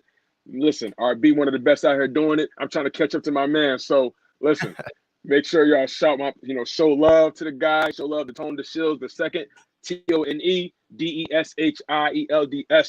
II on YouTube. Chalk it up. Eagles content, Sixers content. Lock in, y'all. I appreciate it. Appreciate you, my guy. Go sub them up. Have a good night, my guy. Yes, sir. Be safe, man. One love. Too, bro. Alrighty. So with that being said, nobody else is waiting in the call line. We still got 90 people combined in the two chats. Overall, I feel like we've covered a lot. If we get any last phone calls, we'll put them up in here. But overall, I'm going to be having draft breakdowns the rest of the week. And then we're going to be doing a pre-draft stream next week, talking about like our final decisions, our final picks and all that. And then free agency starts. The trade ban is lifted next week. And there's just a lot, man. There's a lot going on. So I'm really excited to see what happens with the Sixers. I hope that we kind of, push the gate a little bit. I hope that we go out and make a major change. I hope that we get Al Horford's contract out, but nothing is really certain.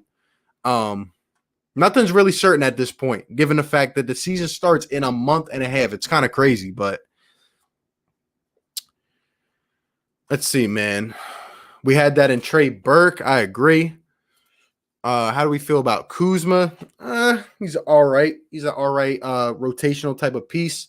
At the end of the day, is he going to come in here? What is it going to take to get Kuzma? That's the thing. I feel like they're going to ask for a lot more than he might even be valued for, but that's just me. I'm not too big of a fan of him in terms of the rotation now. Let's see. Brogdon, good shout out. Yeah, Brogdon would be nice on this team. We need a second guard with Ben, and we'd be good. We can shrink to 6'1". Kyle Lowry, man, that's you guys know I don't like Kyle Lowry as a person, but I mean he's tough. He is tough as a player. So Ben has to play to 4. I agree. Bledsoe for Horford. You wouldn't do it. I would do that but again, I don't think it would line up in terms of the contract. So if Matisse becomes a star for the Kings and Buddy stinks, we all say I regret it. Meanwhile, me and RB like Matisse won't trade him. Yeah, man, I don't want to get rid of Thibault.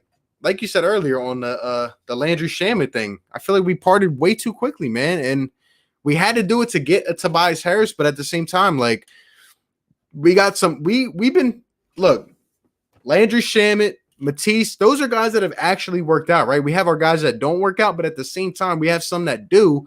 And Matisse is just showing so much promise down the line, and he's going to be good. He's going to be good. Crazy this is all happening next week. It feels off. I agree, man. 1 week and 2 days until the draft. Ridiculous. It's crazy. Matisse is good. He's just another piece to me.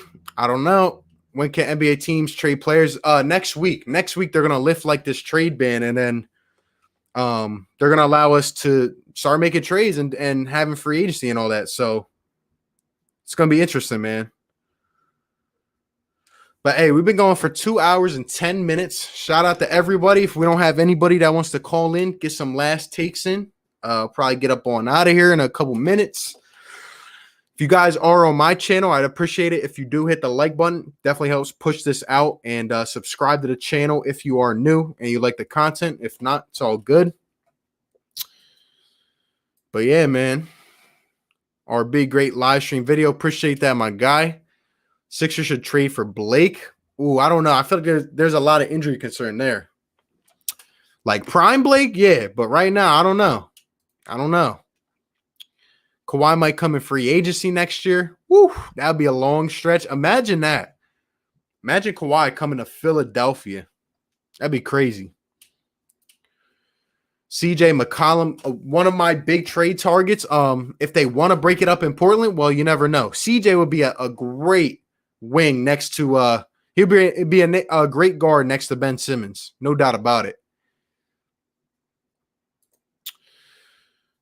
Al for Eric Gordon, PJ Tucker, great trade for both teams. Interesting.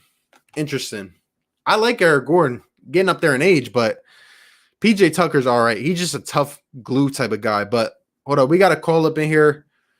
David, what's going on? Oh yeah, I was just calling about that trade you just said.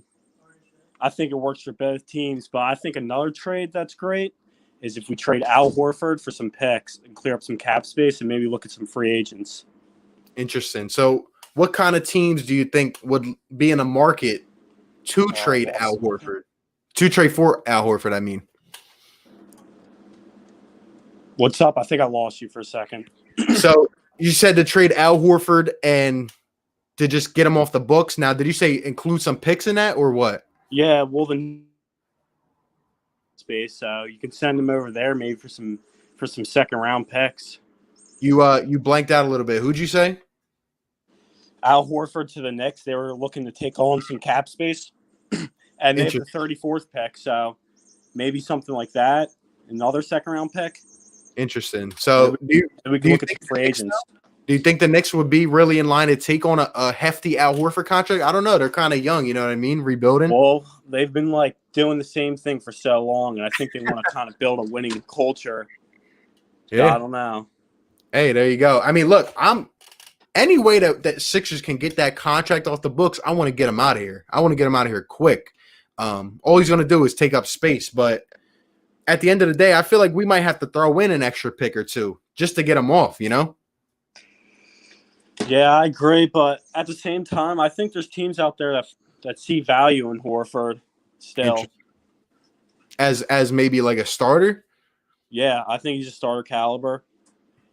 There you go. Hey, well, I hope other teams are aligning just what you're saying right now, because if we can get him off in the next month and a half, right? Like if someone could do it, it is Daryl Morey. So I hope we can get him out of here. Yeah, for sure. We need to get him out. But yeah, what else you got for me? Anything? Oh no, that's it. All right, man. Hey, appreciate the call, my guy. Yeah, no problem. Shout out to you, bro. All right, we got another caller in here. T Candy, what's up? What's up? Yo, what's up, dude? Hey, I got a question about the Eagles, actually, about our defensive backs. Yeah, let's hear it.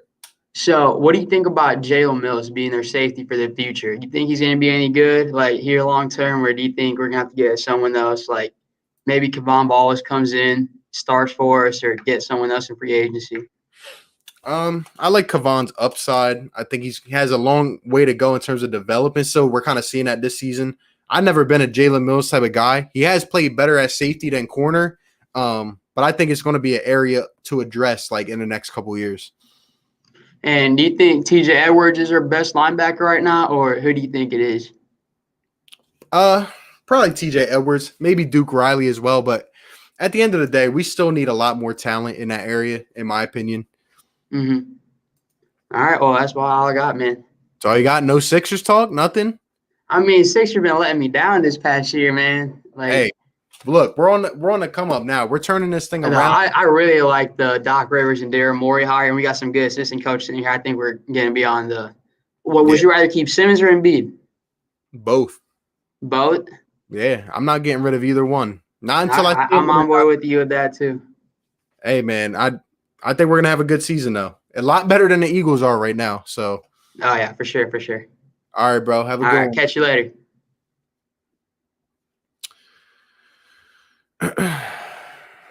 All right.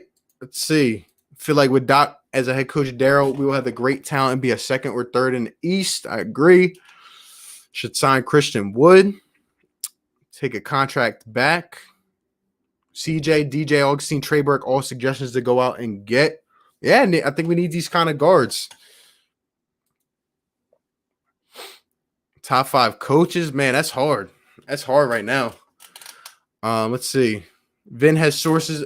Al will be gone next week. Trust. I don't know. I heard that, but we'll see. Hold up. We got MG Nas in the building. What's going on? What's up? What's up? What's up? What's going on? What you got for me? All right. So my question is, if we keep the same roster we have right now going into this season, should Matisse Thybulle be implemented into the starting lineup over Shake Milton or Josh Richardson?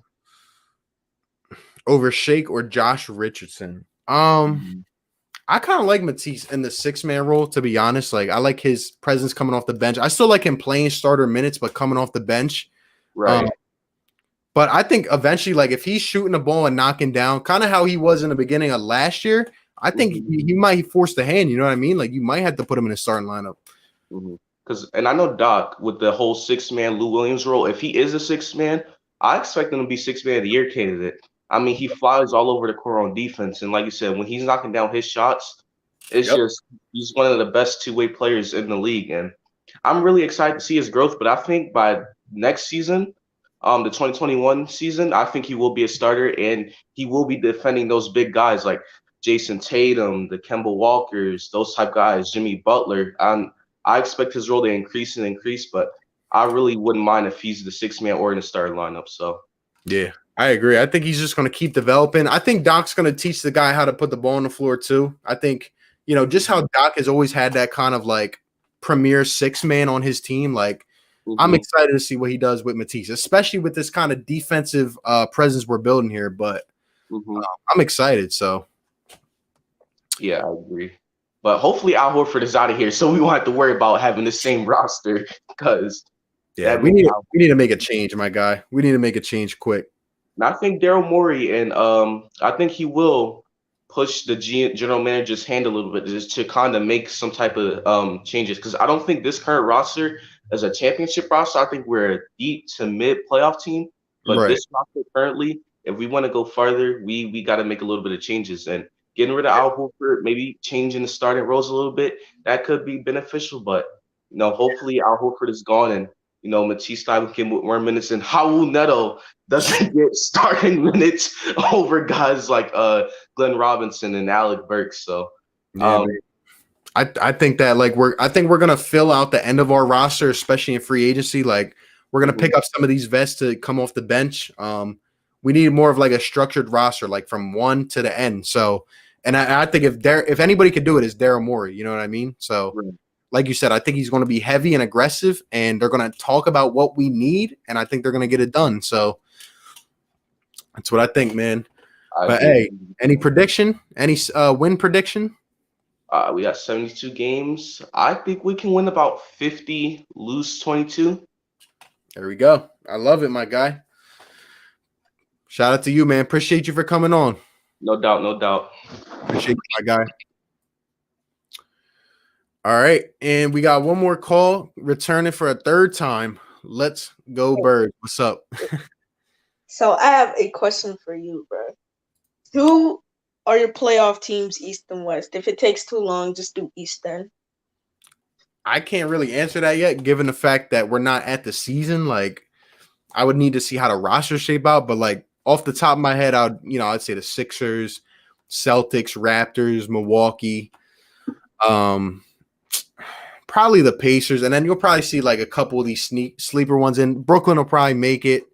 And honestly, you'll probably see a team like an Orlando, or even if they actually stay healthy for once, maybe the Wizards, maybe. But yeah, and also Daryl Morley's made 77 trades, and there's only in Houston, and there's only one trade I did not like. That was a Clint Capella trade because they traded their only center on their team.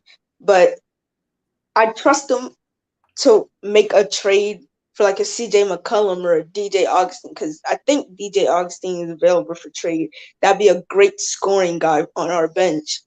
That, and maybe what's his name again? Forgot. Buddy Hield. I trust him to make that trade too, but if it costs Matisse, like I said, I would not do that at all. Yeah. But yeah. I think Augustine has like a player option. He might be a free agent. McCollum would be a nice wing if we could get him. But yeah, I hear you. We just got to make the roster better. We got to fill out the roster. So, and with Daryl Morley, a Trey Burke trade would be. Try saying that 10 times fast. A Trey Burke trade would be amazing. Like, especially with our GM that we have right now. Like, it would be great. I mean, it wouldn't take a lot, but getting Trey Burke back, or maybe like a JJ Redick back, I trust our GM right now, Elton Brand and Daryl Morley, to come together and make a great trade work. Yeah, I think they're gonna make something profound at least. Like they're gonna make something happen. So we'll see what happens, man. We got a month and a half to go. Yeah, but of course with this coronavirus, you never know. Maybe nobody makes any moves. Yep, I know, man. Hey, we'll see what happens. But the next 2 weeks are going to tell a lot, how like the direction of this team, where we go. So crazy to think the draft is 1 week away. Crazy, my guy. But hey, appreciate you for calling in. Third time's a charm, right?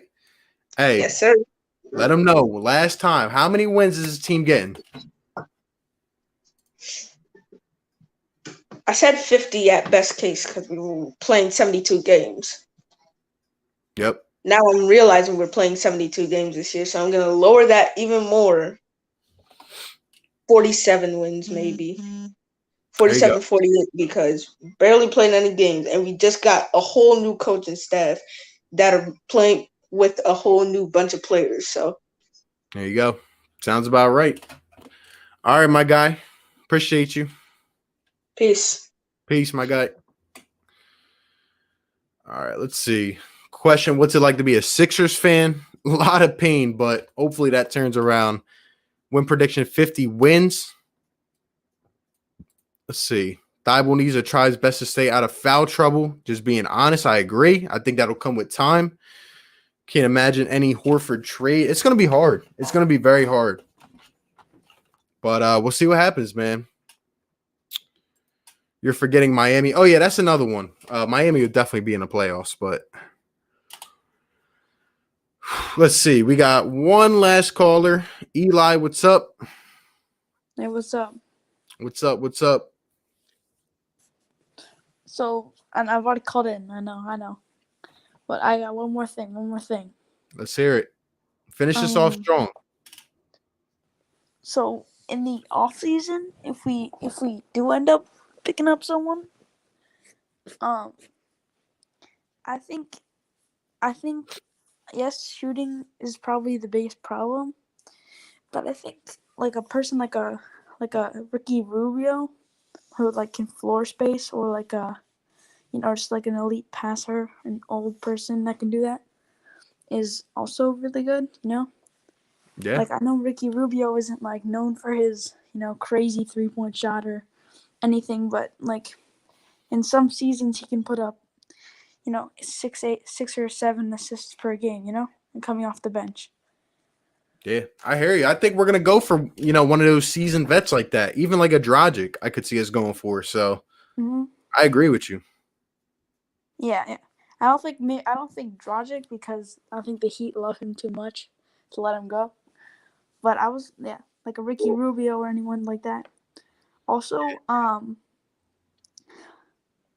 be honest, well, we all know how like Shake Milton was a late pick, and how Matisse wasn't that late, but like, usually from 20, like pick 20 and above, you don't really expect that much from them, It's like Right. boomer.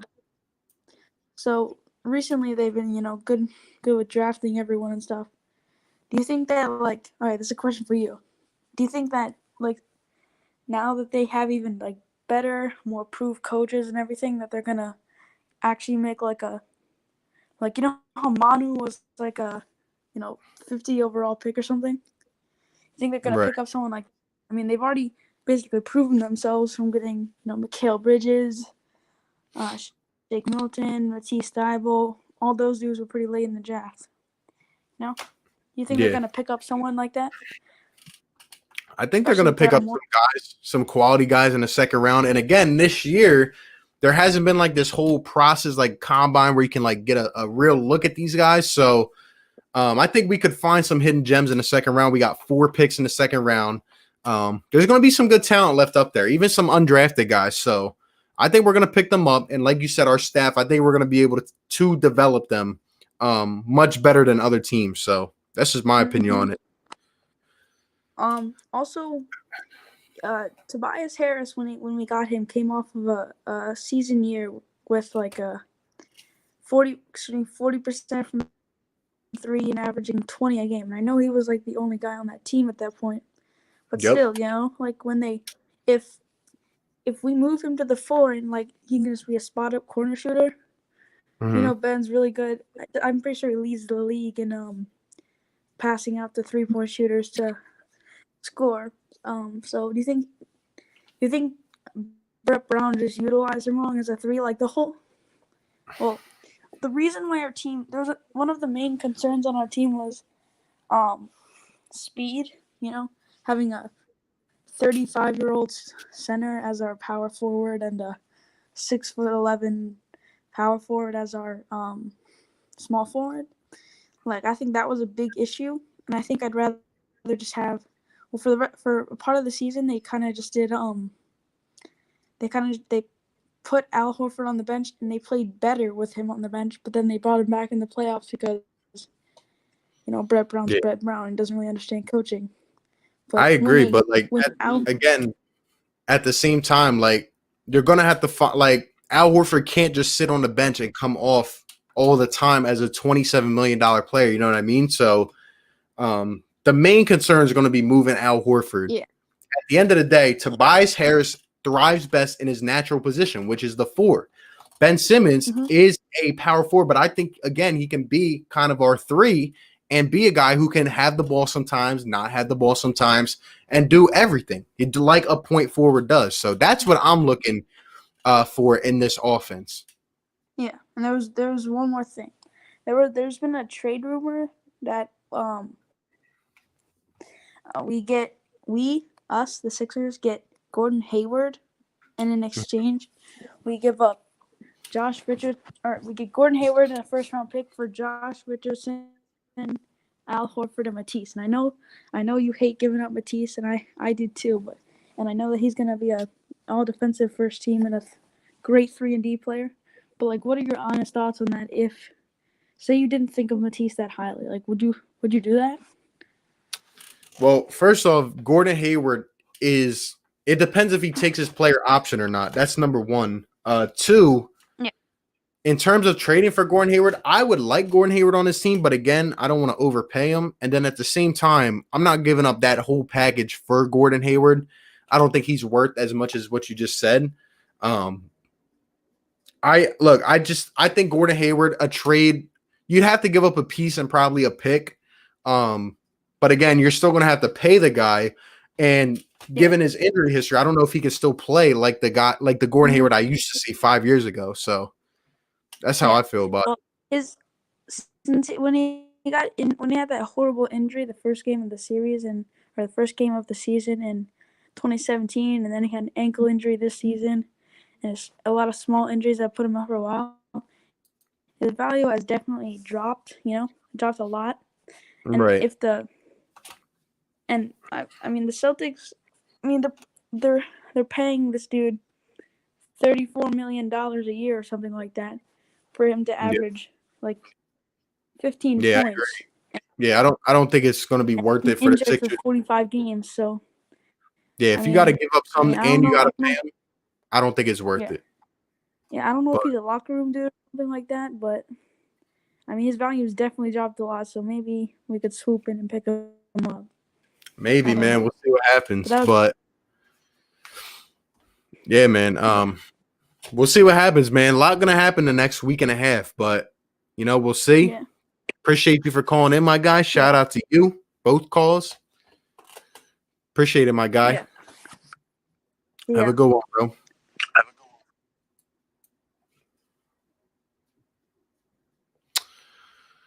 Let's see. So Ted, everyone wants to get rid of Horford. I agree, but what are we back to then? What happens when Joe goes down? I agree. It's a good point. And that's why I think we want to pick someone up like a Harrell in free agency if we can get rid of Horford. But that's just my opinion. Yeah, I might go live for the draft. I'm thinking about it.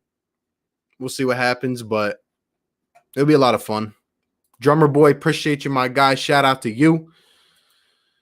Ben Simmons out of here. Who would you rather have? Neither. None to old need young ballers. I agree. Hey, but with that being said, shout out to everybody, man. Whether you're on my channel or Eastwood's channel, appreciate you guys for tuning in. Appreciate all the call-ins. Had a lot of fun with that. Hopefully, we'll be doing it again soon. Again, I'm going to be dropping draft breakdowns and free agency, a whole bunch of stuff in the next week. Can't believe it's here already, but it is. So, a lot of big things to come. If you guys are on Eastwood's channel, I appreciate it. If you hit the like button and then come to my channel, hit the like button. Shout out to all you guys. Hit the subscribe if you're new. Appreciate you guys. Hit the notification bell.